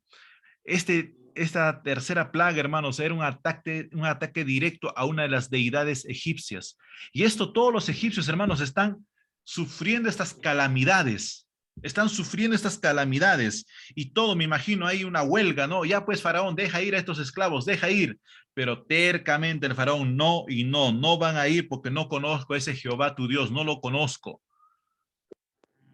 Hermanos, yo tengo una serie que se llama Deja ir a mi pueblo. Es una serie de 7 sermones que tengo y específicamente hablando de estos detalles, pero para este estudio le he tratado de consolidar y resumir para que en un mensaje, ¿no?, podamos entender los detalles más importantes. Jehová venciendo a cada uno de los dioses de Egipto. Y aún así el faraón dice no. Y aún así muchos de los líderes de Egipto decían no, no vamos a dejar ir a este pueblo. Y ahora yo quiero que tú entiendas el antes de la celebración de la primera Pascua. Esto estamos recordando porque esta sucesión de hechos, de plagas, van a llevar al punto culminante con la muerte de los primogénitos, que sería la 10ª plaga. Y con esa 10ª plaga, hermanos, Dios estaba diciendo algo al pueblo de Israel. Miren ustedes, todo lo que hice por ustedes. Ustedes no fueron tocados por estas plagas. Yo hice todo, los saqué de la esclavitud de Egipto, les saqué de ese país. Ahora ustedes son libres, son libres. Y ahora yo les voy a llevar a la tierra que prometí a Abraham, a Isaac, Jacob, a esa tierra de Canaán. Pero hermanos, en la historia bíblica tú vas a encontrar que el pueblo de Israel salió de Egipto, pero eran esclavos mentalmente, tenían mente de langosta, tenían mente perdedora. Esa generación no entró a Israel, no entró a Canaán. Toda esa generación se perdió allá en el desierto. Solamente entró Josué y Caleb. Yo quiero que tú entiendas en esta mañana. Yo quiero que nosotros podamos entender que cada vez que Dios se enfrentó a uno de estos dioses, lo estaba haciendo por amor a este pueblo esclavo, a este pueblo que estaba condenado a la esclavitud. Muchos siglos se habían llorado, 430 años siendo esclavos. Yo no sé qué estés pasando en tu vida. Qué tentación, qué vicios. Nuestro carácter, cuán horrible es nuestro carácter. Pero bueno, aún así Dios tiene que luchar con nosotros. Porque nosotros, si hay algo que, miren, cuando uno lee las 10 plagas, Dios puede hacer todo. Dios lo hace todo. Él es omnipresente, Él es poderoso. No hay plaga, no hay Dios que se levante contra Jehová. No hay. Pero lo único que Dios no puede hacer es obligarte a que lo ames. Paradojas de la vida, el libre albedrío que tú y yo tenemos. Vamos continuando, ¿les parece? 4ª plaga. Miren la 4ª plaga. Vamos a la Biblia y vamos a ver la plaga de las moscas. Ahora, los piojitos, hermanos, todos los que en algún momento hemos sido picados por los mosquitos. Imagínate una cantidad, no sirve el repelente que tú te echas, no sirve todas las cremas que te untes en tu cuerpo. Igual los piojitos te iban a picar, te iban a sacar sangre. Y esto era muy, muy molestoso, muy trágico para todo Egipto. Vamos a la 4ª plaga.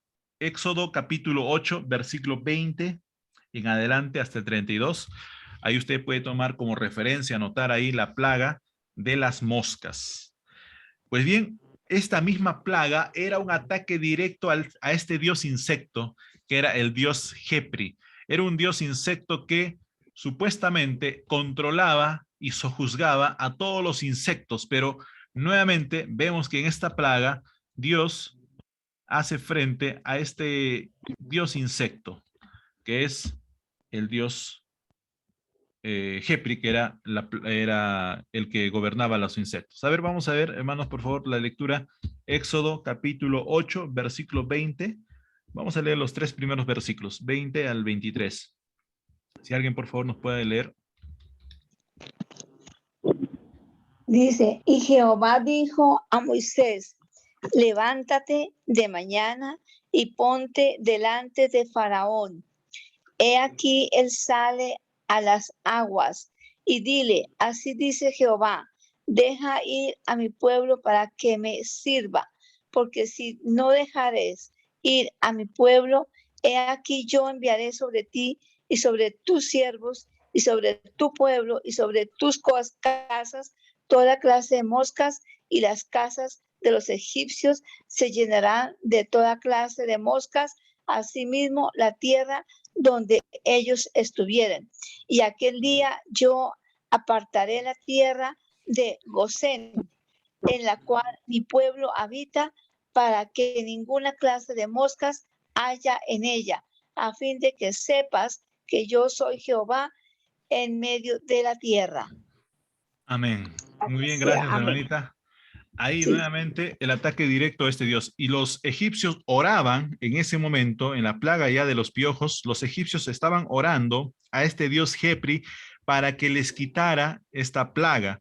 Pero ni su Dios Jepri pudo ponerle fin a esta plaga. Solamente Jehová Dios puso fin a esta plaga para que diera paso a la siguiente plaga. No porque él quisiera, no porque Dios quisiera, sino porque por la terquedad del corazón duro del faraón. Quinta plaga, la plaga que va a atacar ahora al ganado. Y al ganado, esto a los animales. Vamos a leer ahí en la Biblia, en Éxodo capítulo 9, versículo 1 al 7. Miren, primero el ataque es a estos dioses, pero quien sufría eran los egipcios, pero estos acudían a estos dioses, a Osiris, a Jequet, a Jepri para que los librara, pero no pudieron hacer estos dioses nada. Ya ahí la confianza de los egipcios estaba totalmente, es un pueblo totalmente desesperado, ¿no? Ahora, vamos a la quinta plaga. Estamos hablando de estas plagas que son previo a la celebración de la Pascua. Estas plagas sucedieron para demostrar algo al pueblo de Israel y más sobre todo al pueblo de Egipto, al faraón. Pero ahora, para una aplicación para nuestra vida, también estamos viendo que no hay algo que pueda hacer frente a Dios. Bueno, vamos a la plaga del ganado. Éxodo capítulo 9, versículo 1 al 7. Dice la Biblia, Jehová dijo a Moisés, entra a la presencia de Faraón y dile, Jehová, el Dios de los hebreos, dice así, deja ir a mi pueblo para que me sirva, porque si no le dejas ir y lo sigues teniendo, la mano de Jehová caerá con plaga gravísima sobre el ganado que está en los campos, sobre caballos, asnos, camellos, vacas y ovejas. Pero Jehová hará distinción entre los ganados de Israel y los de Egipto, de modo que nada muera de todo lo que pertenece a los hijos de Israel. Amén. Hermanos, en otras palabras está diciendo, la plaga te va a caer a ti, pero mira, fíjate que no va a tocar a ningún animal del pueblo de Israel. Miren cuán importante es esto, porque hoy por hoy, hermanos, nosotros también podemos coger esta promesa bíblica de las plagas destructoras. Pero miren, hermanos, ahora, este ataque directo a la plaga, ¿saben quién era? Había un dios que era mitad hombre, mitad bestia. Este dios egipcio era el dios Apis. El dios Apis. Este dios tenía mitad, era cuerpo humano, pero tenía cabeza de animal, de bestia. Y este era un dios buey, tenía la cabeza de un buey. Era el dios buey. Buey era el dios buey egipcio. Así que, apreciados hermanos, este dios, ¿no? Apis, simbolizaba la fertilidad, era el dios de la fertilidad. Ahora, ¿cómo un dios de la fertilidad va a permitir que haya muerte? ¿Te das cuenta? Entonces, este era un ataque directo, no solamente a este dios Apis, también con este ataque directo, Jehová estaba venciendo a otra diosa que tenía una cabeza de vaca, que era la diosa Hathor. Vamos a colocar aquí en la pantalla para que ustedes puedan ver o para que podamos tener la diosa Hathor. Era la otra diosa con cabeza de vaca. Diosa Hathor. Era una diosa con cabeza de vaca. Muy bien. Y había otro dios. Miren, tantas deidades que tenía Egipto.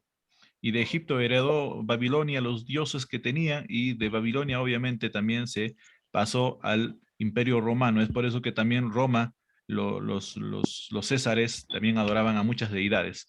Bueno, a ver, entonces el otro dios era el dios Nebis, que este dios tenía cabeza de toro, tenía una cabeza de toro, y este dios era un toro sagrado, un toro sagrado. Es posiblemente que cuando el pueblo de Israel sale de Egipto y cuando Moisés está 40 días en el monte Horeb, en el monte Sinaí, y esto para que ustedes lo entiendan, ¿no? Por eso es que el pueblo de Israel, 430 años viviendo en una idolatría total. Aún así estos hebreos adoraban a un Dios, pero la cultura egipcia se les había entrado a la mente, y cuando ellos fueron y salieron de Egipto, la primera idolatría que hacen, ¿qué es? Hacer un becerro de oro. El becerro era adorado en Egipto, era muy respetado. Y estos dioses, y en este caso estamos viendo que este dios Nebis era un toro sagrado.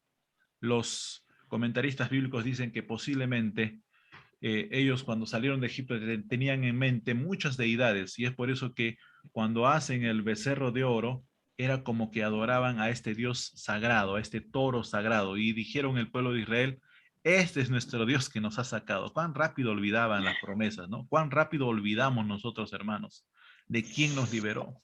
Entonces, miren, vamos con la siguiente plaga. El tiempo es apremiante, el tiempo nos va a ganar, espero que vamos a avanzar. Vamos con la sexta plaga. Vamos con la sexta plaga. La sexta plaga, ¿qué tiene que ver? Con el sarpullido. ¿Saben qué es un sarpullido, no? Sarpullido. Sí, claro. Muy bien, miren, cuán terrible es tener sarpullido en el cuerpo. Y esto afectó a todos los egipcios, y así que es probable que recurrieran a su dios de la medicina. ¿Y quién era este dios de la medicina? Se llamaba así, se llamaba este dios de la medicina Imhotep. Imhotep era el dios de la medicina. Así que estas llagas o úlceras también atacó a otro dios. El otro dios que cuidaba de la salud de estos egipcios era el de Sekhmet. Es otro dios que estos egipcios tenían, que tenía una cabeza de leona. Una cabeza de leona. Representando de esta manera a la diosa de la medicina. Y que esta podía enviar plagas. Esta diosa Sekhmet, decían ellos, enviaba plagas, y también esta misma diosa las curaba de estas plagas. Pero no hubo diosa alguna que pudiera curar de estas úlceras o de este sarpullido. ¿No? Úlceras. Muy bien. Miren, hasta aquí estamos viendo en el campo de batalla, en la lucha entre dioses, a estas divinidades que los egipcios adoraban, versus Jehová. Y ahora vamos con la séptima plaga, hermanos. Séptima plaga. Granizo y fuego. Vamos a leer en la Biblia. Éxodo 9, versículo 13. Vamos a leer los dos versículos, hermanos. A ver, Éxodo capítulo 9, versículo 13 al 15. La plaga de granizo y fuego. Por favor, si alguien nos acompaña con la lectura. Entonces Jehová dijo a Moisés: levántate de mañana y ponte delante de Faraón, y dile: Jehová, el Dios de los hebreos, sirva, porque yo enviaré esta vez todas mis plagas a tu corazón, sobre tus siervos y sobre tu pueblo, para que entiendas que no hay otro como yo en toda la tierra. Muy bien. Miren, envió granizo y fuego. Y ahí el ataque directo fue contra 3 dioses. La diosa Nut, que era la diosa del cielo. Vamos a colocar acá. Que era la que cuidaba del cielo, ¿no? Del cielo. La diosa Isis, que era diosa de la maternidad y el nacimiento. Y el dios Set, que era el dios de la sequía y del desierto. Él protegía las cosechas, este dios Set. Es el que protegía las cosechas. Vamos con la octava plaga. Sí. Octava plaga, la plaga de langostas. La sequía. Langostas. Vamos a leer en la Biblia, Éxodo capítulo 10, y vamos a leer los primeros 3 versículos, del 1 al 3, por favor. Pero las referencias de Éxodo 10, del 1 al 20, se va a registrar todo lo que sucedió con esta plaga de langostas. Por favor, ido con la lectura, Éxodo capítulo 10, versículo 1 al 3. Dice así, y Jehová dijo a Moisés, entra ante Faraón, porque yo he endurecido su corazón y el corazón de sus siervos para dar entre ellos estas mis señales, y para que cuentes a tus hijos y a tus nietos las cosas que yo hice en Egipto, y mis señales que hice entre ellos, y para que sepáis que yo soy Dios. ¿Hasta ahí o más? Está bien, hermanita, está ahí. Uno más, un versículo más, por favor. Bueno, dice, entonces Moisés y Aarón vinieron a Faraón y le dijeron, Jehová, el Dios de los hebreos, dice así, ¿hasta cuándo no querrás humillarte delante de mí? Deja ir a mi pueblo para que me sirvan. Muy bien. Amén. Muy bien, hermana. Entonces, ahí Amén. vemos, estamos viendo, y el versículo 5 dice, ¿no? Y cubriré la faz de la tierra.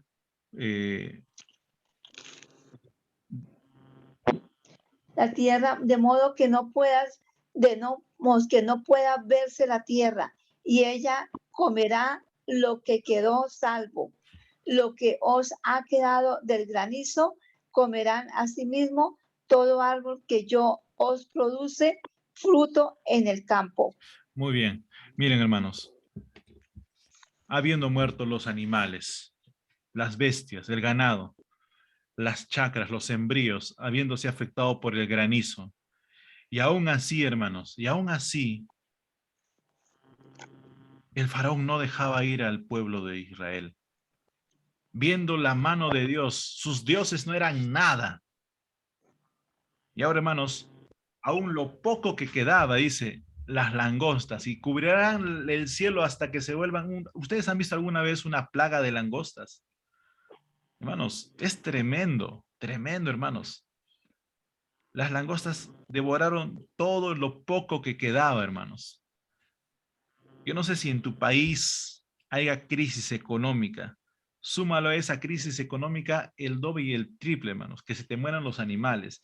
No tienes trabajo, no tienes... Mire, era una calamidad tras calamidad. Y ahí el presidente no hace nada. El faraón se enterca y dice, no voy a dejar ir. Estaba endurecido, hermanos. Pero Dios una y otra vez, venciendo a cada uno de los dioses egipcios. Y esto, hermano, es tremendo porque ahora, hermanos, llegamos a la 9ª plaga. Ya las langostas devoraron todo. El pueblo, todo egipcio está con los mosquitos, con los picazones, con las úlceras. Pierden a sus animales. Ahora tienen moscas por todos lados, ranas que... Pero, hermanos, cada una de estas plagas, hermanos, era para que entendieran, y muchos egipcios estaban ya desconfiando de sus dioses. Muchos fieles egipcios que oraban fielmente a sus divinidades y viendo que sus dioses no les salvaban, hermanos, estaban dándose cuenta de algo. La única esperanza era el dios faraón, era el dios hecho hombre, persona. El faraón era considerado un dios. Pero miren, hermanos, poco a poco. Vamos a ver ahora la novena plaga. Vamos conmigo a la novena plaga. La plaga de las tinieblas. Vamos a ver, esto está en versículos 21 al 23. Vamos por favor, Éxodo capítulo 10, versículos 21 al 23. La plaga de las tinieblas. Jehová dijo a Moisés, extiende tu mano hacia el cielo para que haya tinieblas sobre la tierra de Egipto, tanto que cualquiera las salte. Y extendió Moisés su mano hacia el cielo y hubo densas tinieblas sobre toda la tierra de Egipto por 3 días.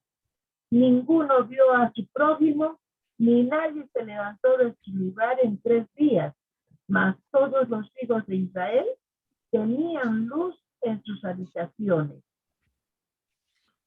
Muy bien. Hermanos, y el ataque directo de parte de Dios fue a este dios Amon-Ra. Ra, hermanos, este dios era considerado el rey supremo representado por el sol. Además, este dios Ra no acudió en auxilio de Egipto porque este dios no existe en realidad. Era una creación del ser humano. Este dios y adicionalmente a estos dos dioses, Atom y Horus, Dios los venció con esta plaga. Y Dios no quería demostrar que Él es más fuerte, porque Dios es fuerte por sobre toda manera, pero estaba demostrándoles a los egipcios que no son nada sus dioses. Sus dioses no pudieron librarlos. Y ahora llegamos a la última plaga, la plaga final que va a permitir que recién el faraón deje ir al pueblo de Israel. ¿Y cuál era la plaga? Era la muerte de los primogénitos. Y si había una categoría o un rango entre dioses egipcios, sí lo sabía, hermanos. Había dioses que eran más importantes. Por ejemplo, la diosa Osiris era una de las diosas más importantes, ya que era la diosa que emanaba vida. Decían los egipcios que Osiris daba la vida. Y además, hermanos, el propio faraón era considerado un dios. Y con la última plaga, Dios estaba en un ataque directo a estas dos divinidades, a Osiris, que era la diosa de la vida, y al propio faraón, que era considerado un dios hecho hombre. Miren, hermanos, y vamos a ir a la Biblia, lo que dice en Éxodo capítulo 11, versículo 1 al 9. Por favor, alguna dama o algún varón que nos acompañe con la lectura. Éxodo 11, versículo 1 al 9.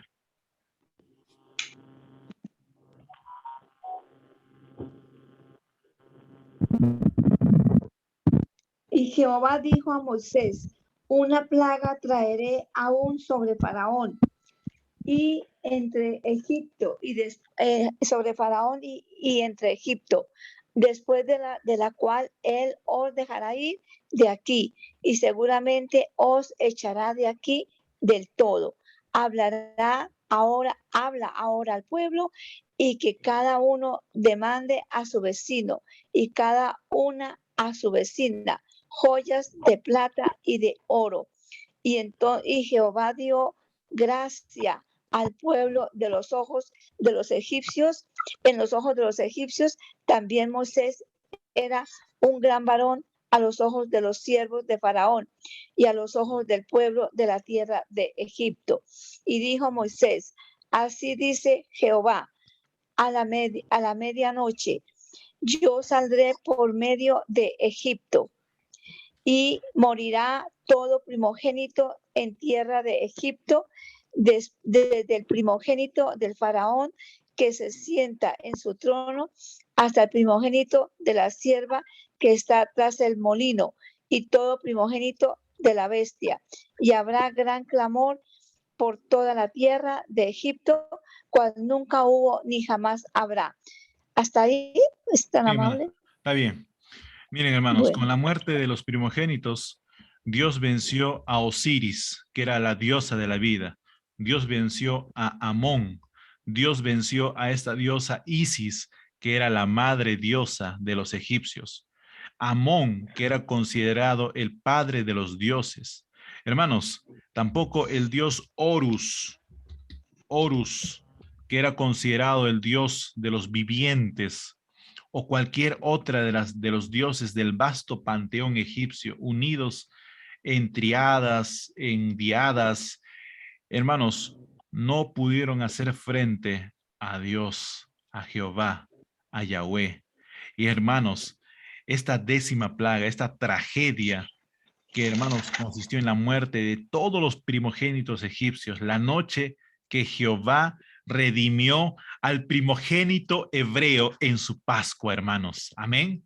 En realidad, hermanos, la 10ª plaga, escúchame bien, la 10ª plaga era la culminación de la demostración de la inutilidad de estos dioses egipcios, y en especial la del concepto egipcio de la divinidad del faraón. Con esta 10ª plaga, y cuando toda la nación lloraba la muerte de sus primogénitos, muchos ya vieron que Faraón, cómo es que el propio hijo del Faraón, el que iba a ser el futuro Faraón de Israel, de Egipto, el futuro rey de Egipto, hermanos, era muerto.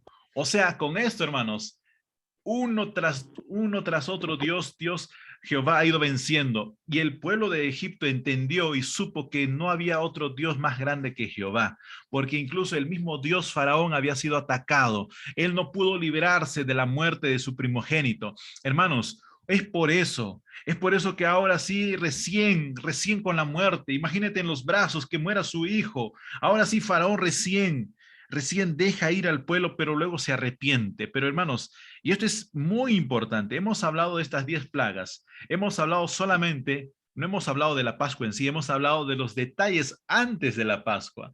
Y ahora ya con esto estamos preparados y expeditos para que en el próximo estudio podamos entender los detalles acerca de la Pascua. Y el próximo estudio vamos a hablar la simbología de esta Pascua en aplicación de la vida de Jesús. Vamos a estudiar la semana de la pasión de Cristo en aplicación de esta semana que hemos visto aquí de las 10 plagas.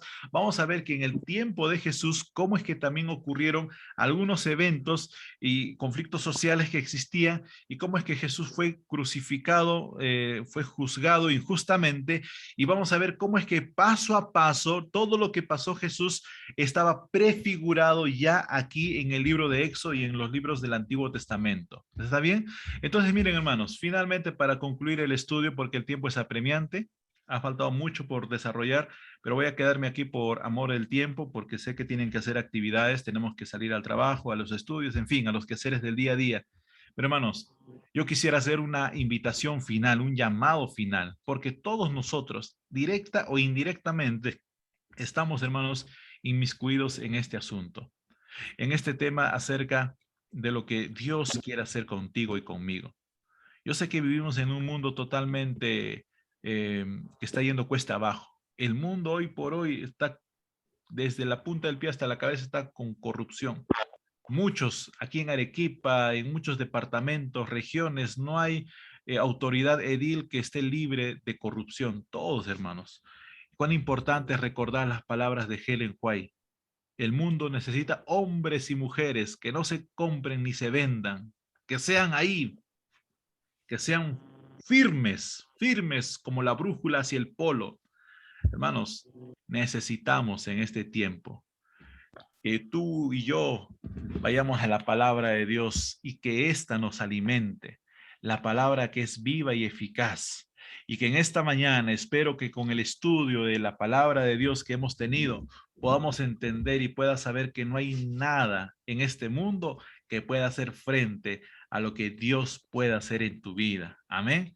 Y espero que con este estudio, hermanos, y esperamos que con ansias el próximo estudio para que juntos podamos entender, para poder ampliar, ya le dije, hermanos, al inicio, el libro de Pastor Medin Alomía, El agradable año de Jehová, también el otro libro de Pastor Adriancén, El santuario y su servicio, y también Patriarcas y Profetas, que hablan acerca de las fiestas anuales. Solamente hemos hablado, apenas hemos dado una pincelada de la primera fiesta, que es la más importante, de la Pascua. Y esto tiene mucha importancia porque hasta el día de hoy, en Semana Santa, aún celebramos, aún se recuerda de lo que pasó en la semana en la semana de la pasión de Cristo. Y esto, hermanos, tiene un desenlace trágico con la muerte de Jesús. Pero Jesús vino a este mundo para salvar lo que se había perdido, dijo él. Yo vine a este mundo para salvarnos del pecado, para salvarnos y darnos una victoria. Así que, apreciados hermanos, somos libres en Cristo Jesús. Y por eso que en esta mañana, apreciados amigos, apreciados hermanos, me gustaría que podamos terminar juntos con una oración, agradeciendo a Dios por todos sus cuidados, por toda su bondad que Dios tiene para con nosotros. Y me gustaría que en esta mañana juntos podamos abrir nuestro corazón, entregar nuestras acciones, nuestro carácter, que Dios nos prepare, que Dios cambie este carácter, este corazón duro que tenemos, este corazón difícil, y que Dios pueda permitirnos dar una nueva oportunidad, ¿sí? Así que donde estamos ahí, vamos a clamar en nombre de Dios, vamos a orar para que sea Él quien nos restaure y nos cambie. Amén. Ahí donde estamos, si tú quieres entregar y quieres decirle, Señor, te entrego mis problemas, estoy pasando momentos difíciles, ahora es el momento. Hoy es el día de buena nueva, hoy es el día de salvación. Si un día Dios se enfrentó a estas divinidades para hacer ver cuán en vano es ir a estos dioses, porque solo hay un Dios, solo hay un Dios. Y ahora, hermanos, ¿cuál es la decisión que tú tomarás? Solo está en ti. Si hay algo que Dios no puede hacer es que lo ames. No, Él no nos obliga a que lo amemos. Yo no sé si tú estás pasando momentos difíciles. Yo sé que hay muchos problemas económicos, falta de trabajo, la salud quizás. Pero Dios es grande en misericordia. Al darnos este nuevo día, Dios te está diciendo, hijo, tienes una nueva oportunidad de escribir en esta página en blanco que te doy. Cada día dice que es como una hoja de nuestra vida, de nuestro libro. Y cuando lleguen los días finales de nuestra vida, ¿qué habremos escrito? ¿Qué habrás escrito en tu libro? Así que no importa lo que estés, como estemos, si hayas pecado o no, todos ante Dios tenemos mucho que responderle. Así que no hay un Dios Osiris, no hay un Dios Memphis, Ekek, Horus, Amón. No hay divinidad alguna. Yo he escuchado a muchos hermanos que dicen, me han hecho brujería, mi negocio no va bien porque me han hecho brujería. Hermanos, no hay brujería alguna que pueda tocar a los hijos de Dios. Amén. Amén. Hay hermanos que dicen, voy a abrir mi negocio, voy a pasar ruda. Lo pasan ruda su negocio pensando que así van a tener más ingresos. ¿Cuántos de nosotros hemos crecido? Yo crecí en una familia de comerciantes. Mi abuela que cuando entregó su vida a Dios, cuando ya en una edad adulta, comerciante de toda su vida, yo recuerdo que cuando era niño, ella abría el negocio y pasaba con ruda, ¿no? La tienda. Pero cuando mi abuela entregó su vida a Dios, hermanos, había algunos que colgaban en la puerta de su casa un cactus, una cruz con un cactus, diciendo que eso espanta a los espíritus. Algunos echaban ajo. Algunos, hermanos, quienes hablan, y yo sé que muchos de ustedes han crecido en base a la cultura de su país, de su ciudad, con mucho esoterismo. El enemigo, hermanos, toda la vida, hermanos, él es más experto que nosotros en idolatría.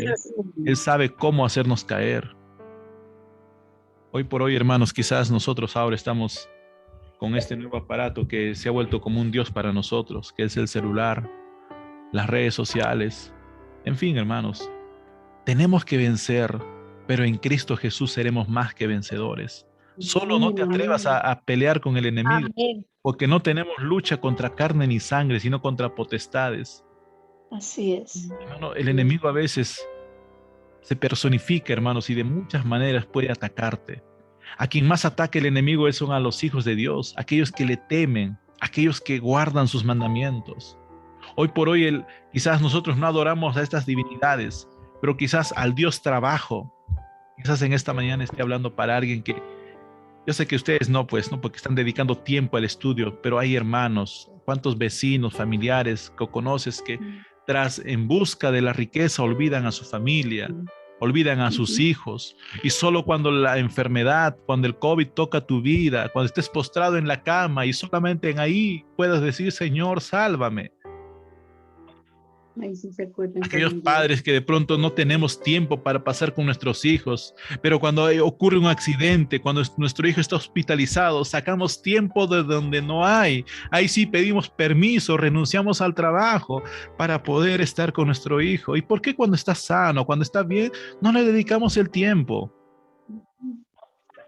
Hermanos, tenemos que dejar a un lado a estos dioses modernos que sutilmente el enemigo nos ha introducido. Digo, nos ha introducido porque, hermanos, su servidor también tiene que lidiar. Hoy el enemigo, Señor, nos ataca con el orgullo, con la envidia, el egoísmo, la supremacía. Yo soy más que el otro, yo tengo más cargo, yo soy más que el otro, yo soy más reconocido que tú. El reconocimiento. Hay tantas cosas, hermanos, por eso humildemente cada mañana, Señor, tenemos que decirle como ahora vamos a orar. Oh Padre, está aquí tu pueblo, tus hijos, Señor, que dedican estas madrugadas, estas mañanas para estudiar tu palabra. Oh Padre, no tomes en cuenta nuestros pecados, Señor, mas te los confesamos ante ti, oh Señor. Nos ponemos a cuenta contigo. Tú dices en tu palabra, si tus pecados fueren como la grana, serán emblanquecidos. Tú conoces a cada uno, nombre por nombre, a las personas que están conectadas en este momento, a estas personas que están escuchando este mensaje, Señor. Hemos estudiado un tema sumamente importante. Quizás, Señor, esta fiesta que se estaba instaurando antes de la liberación era una fiesta de independización, una fiesta de liberación. Hoy por hoy, Señor, nosotros también quizás esclavos del pecado, con las cadenas aún de los vicios, del carácter. Señor, te rogamos en esta mañana que nos limpies, Señor, de todas nuestras iniquidades. Danos un nuevo corazón que sea capaz de amarte. Ayúdanos, Señor, que el día de hoy podamos hacer tu obra. Y cuando haya la posibilidad de contar a otros lo que tú estás haciendo por nuestras vidas, Señor, podamos nosotros dar testimonio. Ayúdanos, Señor, a cambiar nuestros hábitos. Todos necesitamos, Señor, cuidar este cuerpo que nos diste, cuidar las palabras, las avenidas del alma, con que alimentamos nuestro ser. Ayúdanos, Señor, porque el enemigo es muy astuto. Él conoce al derecho y al revés nuestras debilidades y nos lanza dardos, nos lanza flechas, tentaciones de acuerdo a cada debilidad. Pero, Señor, nosotros queremos tomar tu mano en esta mañana. Señor, con los ojos de la fe, así como Moisés salió sin ver a dónde iba, así como Abraham salió sin ver a dónde iba, Señor. Nosotros vamos de camino a Canaán. Mientras vivamos en esta tierra, Señor, ayúdanos a mejorar el carácter que tenemos, porque no llevaremos al cielo nada de lo que tenemos, sino solo nuestro carácter. Oh Padre, ayúdanos a vivir en este mundo como un pedacito del cielo, Señor. Sabemos que será difícil, mas no imposible. Cuida a aquellas mamás que oran por sus hijos, aquellos hijos que oran por sus padres, aquellos empresarios, aquellos trabajadores que tienen que lidiar el día a día con empleadores que quizás no entienden la fe que uno profesa. Quizás muchos por ocasión de guardar tus mandamientos, el viernes en la tarde, Señor, quizás salen de la empresa, piden permiso. Quizás muchos son perseguidos por ocasión de su fe. Oh Señor, estamos llegando al tiempo final de este mundo, en la que solamente habrá dos bandos, aquellos que te adoran y aquellos que no, aquellos que adoran a la bestia. Oh Señor, ayúdanos. Cubre, Señor, cuida cada hogar, cada familia, Señor. En esta mañana, simbólicamente, Señor, pintamos las puertas de nuestros hogares con la sangre del Cordero, con la sangre de Jesús. Ayúdanos, Señor, a vencer cada vicio, cada dificultad, cada tentación que se nos asalte, que el enemigo hoy, Señor, quizás nos asalte, Señor. Y si por esas cosas de la vida caemos y tropezamos, Señor, levántanos, ayúdanos a levantarnos, Señor. Gracias te damos una vez más y te lo agradecemos y te lo pedimos todo esto sin merecerlo, solamente confiando en la sangre de tu amado Hijo Jesús. Amén y amén. Amén. Señor. Amén. Gloria a Dios. Amén.